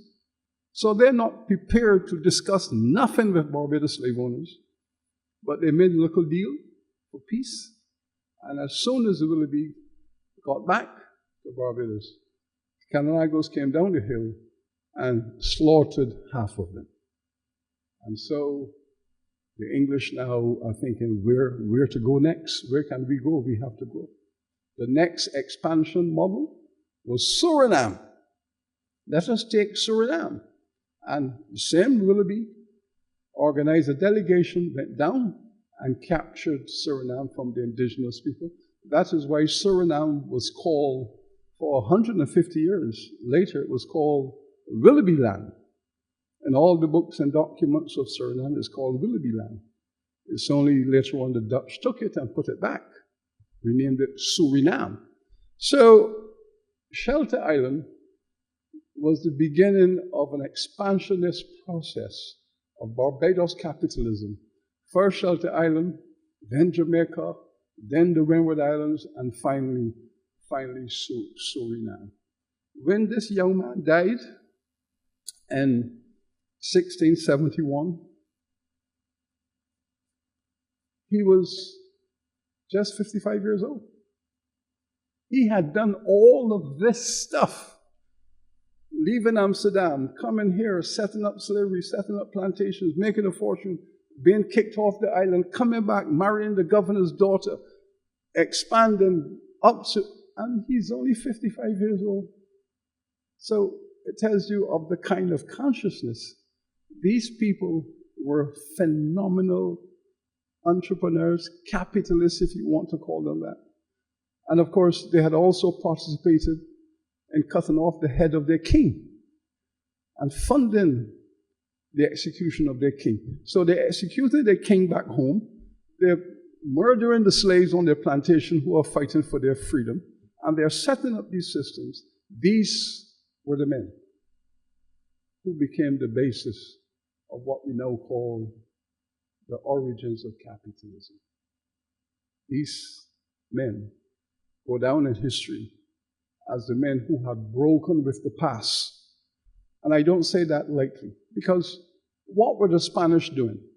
The Spanish and the Portuguese owned all of America according to the Pope. The Pope drew a line through the Atlantic down through the Caribbean. Everything to the east belongs to Portugal. Anything to the west belongs to Spain. So Spain has North America, Central America, it has the Caribbean, all that is Spain. The Pope says this is yours. Brazil is yours for the Portuguese. The line of Tordesillas split. The Pope made that decision. And they had it all. But guess what happened? The two poorest countries in Europe today are Spain and Portugal. How do you explain that? They had the whole place for themselves, and look at what happened. They became the poorest countries in Europe. In other words, they could not convert. They did not know how to convert gold and silver into cash, into capital. The British understood that. This is why the British were the masters of economics. Because the Spanish took home the gold, put it in the treasure chest, put it under the bed. Oh, you want to buy something, you go open the treasure chest, you put some, and you go buy something. That's not economics. That's backwardness. In other words, that is what the Romans were doing 2,000 years earlier. I mean, backward. The British came in and said, okay, how do we convert precious metals into cash? We need a banking system. The British built banks in every village, every parish, every county, all across England. There were banks. So you make your money, you take it back to England, you put it in the bank. If you put it in the bank, that means that somebody can come and borrow it. So You're a Caribbean plantation man, you put your money in the bank. I am making cotton clothes. I go to the bank and I borrow £1,000 and I pay back the bank pays the investor, and the cash begins to spin. The money is spinning because of the mobility and the conversion of gold and silver into loans that people can go and get. And that is how Britain started their industrial revolution, by financing all those who could take risks to be entrepreneurs. And to make sure it was regulated, in 1694, they created the Bank of England. So England now has a central bank. The Bank of England, 1694, the purpose of the Bank of England is to regulate all of these provincial banks that are everywhere. Money is coming from the Caribbean, it's flowing in. It has to be regulated, protected, safe. The Bank of England was created to regularize and protect the cash coming from the Caribbean. The Bank of England is still there. The Spanish didn't understand that. The Portuguese didn't understand it.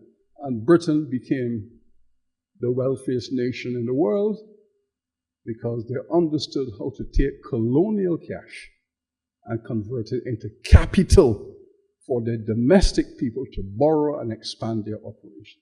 So this young man,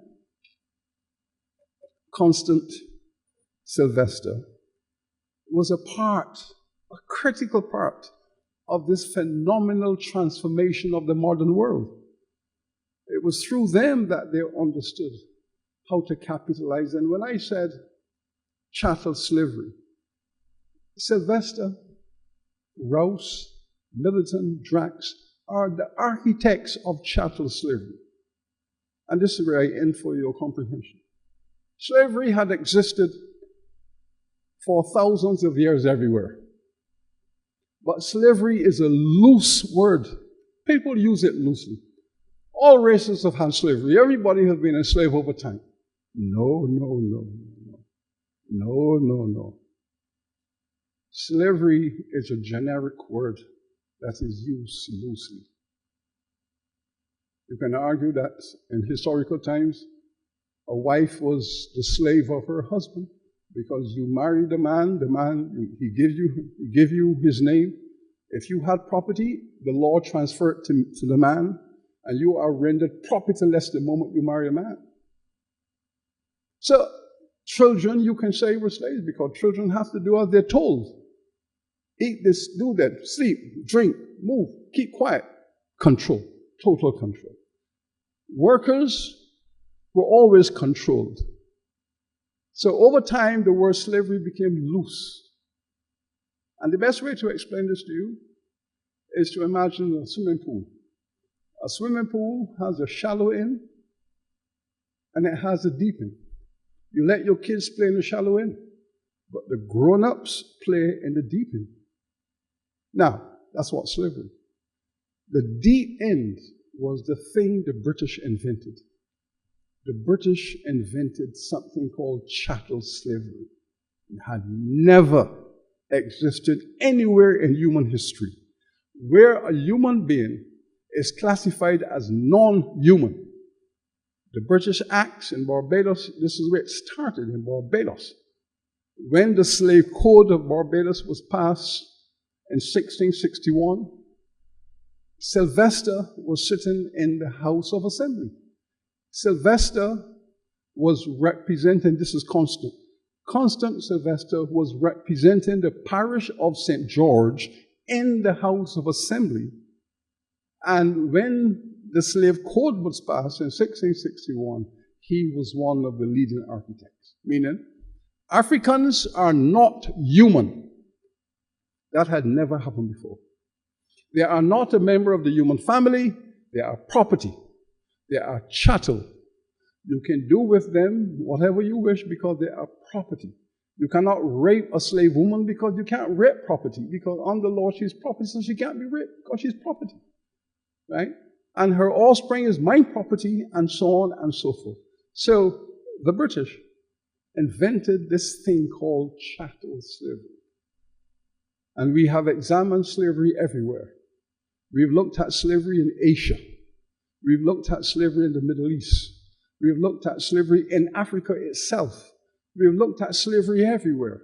But nowhere do we find any evidence of this thing called chattel slavery. And this is why we say chattel slavery, not slavery.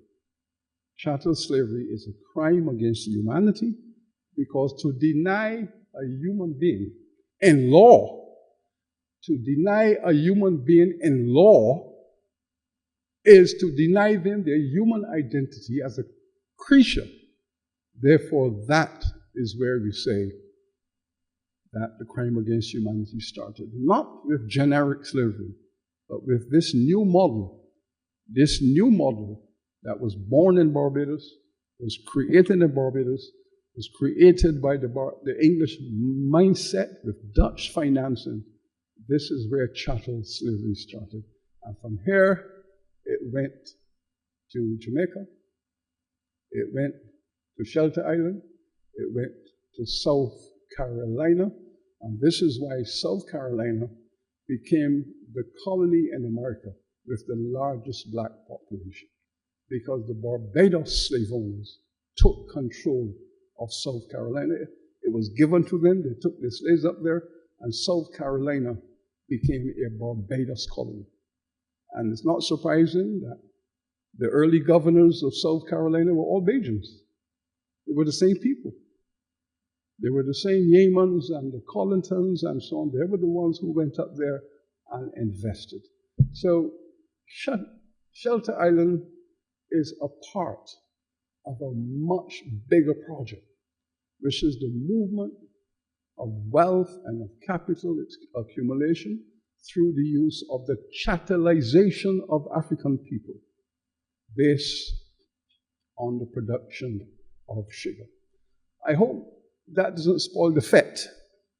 And I know you all enjoy the music and the stories and so on. And it's good to tell music, and the stories have multiple layers.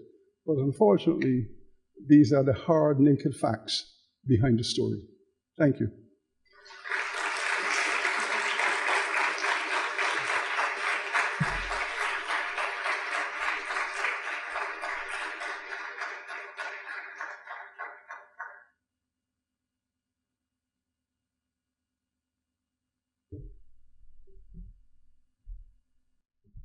Thank you very much, Sir Hilary, Professor of Economic History, Vice Chancellor of the University. And you would see why people like Dr. Carter and myself make sure we didn't miss any course that he was teaching. Whether it's gender, women and gender in the Caribbean, the history of West Indies cricket, history of the West Indies 1, history of the West Indies 2, and so much more. It's always a pleasure to have him. Let's hear another round of applause.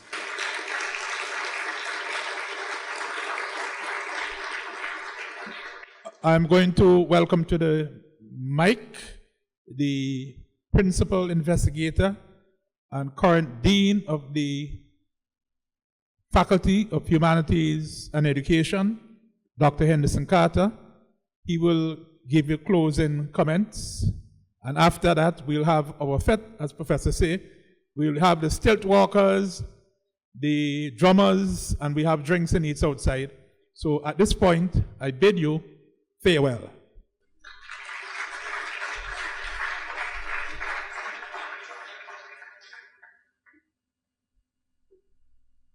Thanks very much, Cleve. Excellent job, to come here and to take us through the evening rather seamlessly. And Cleve is my right-hand man, so to speak. He is the co-investigator in this project, and he's taken on this project, but he has his own project. I mean, in a few weeks' time, we'll be launching his major book. He and Gary Denny and Adrian Fraser. So we're going to welcome you back on the 19th of January at the campus to launch Dr. Scott's book. Let's give him a round of applause.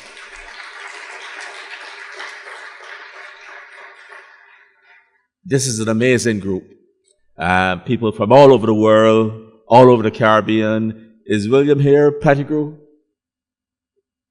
not seeing him. He's from Lancaster. The point is that we come together here in this opening ceremony to launch this Constant Carmichael Conference. This is the first of 2 conferences. This is the first. There's another one next year. And what a wonderful start. I want first to thank a number of persons. First to Hillary, who gave us a riveting lecture. I mean, give her a round of applause. There's students here on a learning journey. Students from UMass Boston, students from NYU, and I am sure that they're taking notes. I took my notes as well, as Sir Hillary traced Barbados at the center of global capitalism, starting with Shelter Island, Jamaica, the Windwards, Suriname, and ending with South Carolina. And note that South Carolina will be our next learning journey. Our next study tour, we are intending to go to South Carolina. So our students, our 20 students a year, will be heading for South Carolina this year as well. So, Sir Hillary, we thank you so much. And I want to congratulate you. From the time you got the message, you said, yes, you will support the project. And I am indeed happy that you could come here and contextualize this project. Look at the background, give us the history, and even though there's some hard points that you made, you're correct. The evidence supports that. Thank you so much. I also want to thank our principal, Professor R. Clive Landis, for giving us a warm welcome.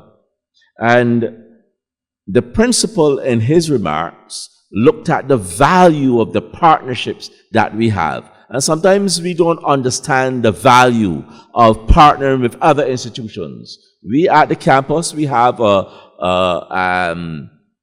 relationship with universities through MOUs, but this relationship through reciprocal study tours does a lot for the campus as well. And these students will be on the campus for the next 3 days, and we hope that they could be given a warm welcome when they get to campus, and that they will enjoy campus. But I want to thank you, Professor Landis, for giving us that warm welcome, for telling us about the partners. And Professor Landis is very supportive of the Department of History, Philosophy, and Psychology. I believe that's your favorite department. I'm very serious. Everything we ask for, Professor Landis is willing to give us. Very supportive of the department, and I want to hail him as one of our champions. And it hasn't ended yet. We're still going forward, and I know the university will support us. Let's give Professor Landis a round of applause.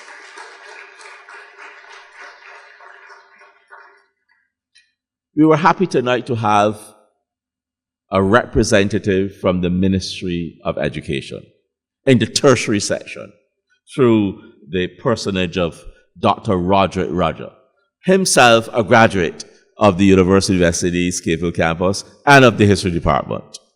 And Dr. Rudder took us through a very important concept, the value of history. When there are a lot of people saying, well, why are you doing history? And they're telling the students that, why are you doing history? What are you going to do with it? But to hear Dr. Rudder today, to say how history can be used, was very stimulating for me. And Dr. Rudder, I thank you for your comments, not only about history and its value, but the value also of experiential learning. Give him a round of applause.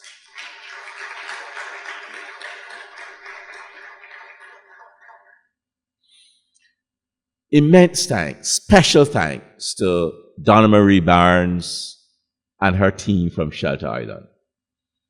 Donna Marie and her team came to us during COVID-19. when people were not wanting to travel at all. And she reached out to me, and I remember, believe it was a Monday morning, we met in the old Bruce St. John room. There were hardly anybody on campus. And that is where this relationship with Sylvester Manor started. And I immediately said, yes, we can work together. And I think a year passed, and then she came back as well, very tenacious, came back with another project. And then we got some funding from Mellon, and now that is history. Donna Marie, Alice, Stephen, and the entire group, I want to thank you, because every little bit of new information they share with us. So if they find something important, they share with us.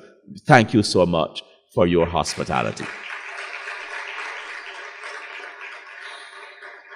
And of course, when we go up to Shelter Island, they lay out a table with food and drinks, some strong as well. They take us down through the African burial ground, the Quaker burial ground. What a wonderful experience. And we look forward to working with you on those Africans who live here at Constant. Very important to look at their lives, their conditions, their protests as well as we go forward. Minister Sutherland, Dwight Sutherland, NP for the parish, who's been a big fan.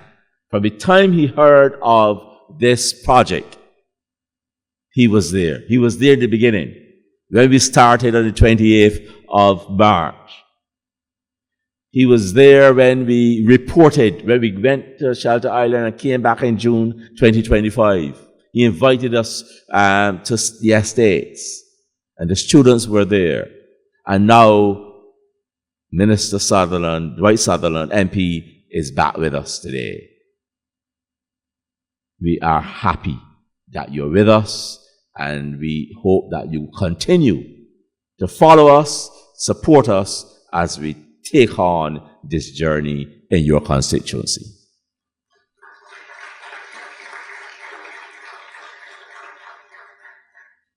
I want to thank my office staff and the office staff in the Department of History, Philosophy, and Psychology. But to go further, to single out every single one of them. Nicole Glasgow, who's the AA. Kylie Anderson, another AA. Shelley Graffett, she works in the Department of History. Shaquan Phillips, Carrie Lucas, they're in my office. Taika Carter, Marissa Worrell. These are people who have gone beyond the call of duty, and way beyond the call of duty, managing their daily tasks, and of course, managing this big project with many moving parts. And staff, I want to thank you for your diligence, your hard work, and pray that you continue to answer the call to hard work. Give them a round of applause.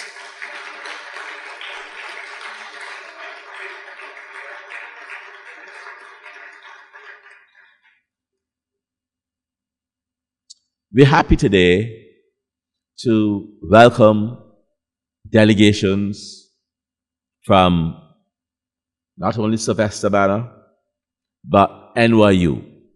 They stood when Cleve called their names a while ago. We also welcome delegations from UMass Boston and the Bard Graduate Center.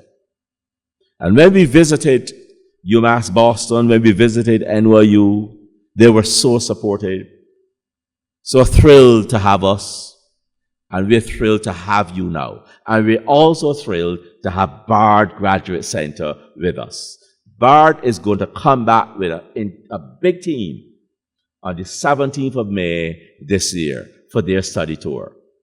And the students here from UMass Boston and NYU are not only here for the conference, but they're here for the study tour as well. And so far, we have done 2 days, Thursday and Friday, of the study tour, where we took them throughout the country, and it was a learning journey in an air-conditioned coach all day. Thank you. Give them a round of applause.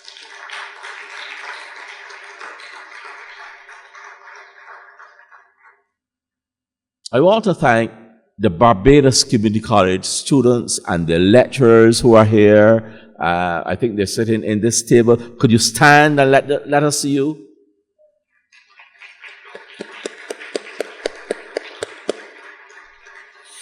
Led by Hazel here. And I understand there's going to be a delegation tomorrow at the UWI.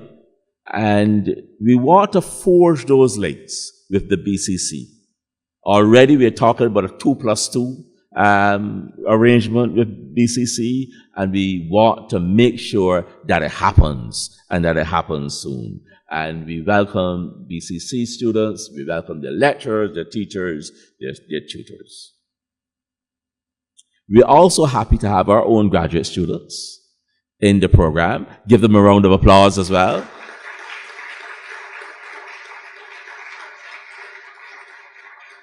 There's one in particular, Carolyn Barrow, who's chaperone.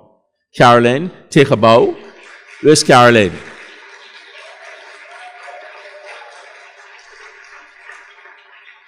She's working with the students at NYU and UMass Boston, and wonderful support.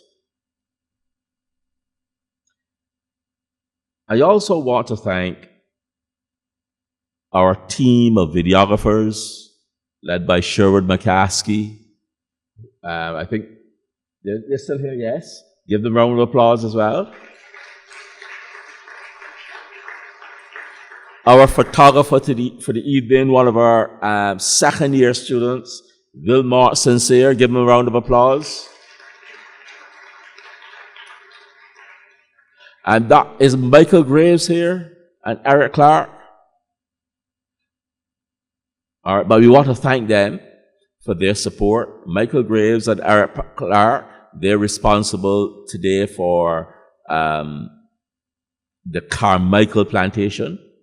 Mr. Robinson is not well, so he could not be here. He's responsible. He's the owner of Constant Plantation. We also have some regional delegates. We want to thank you for coming and for sharing with us during the week. We look forward to your presentations. And finally, we want to thank the ushers. We have 2 ushers here, Roy and Randy. Where's Randy? But let's give them a round of applause.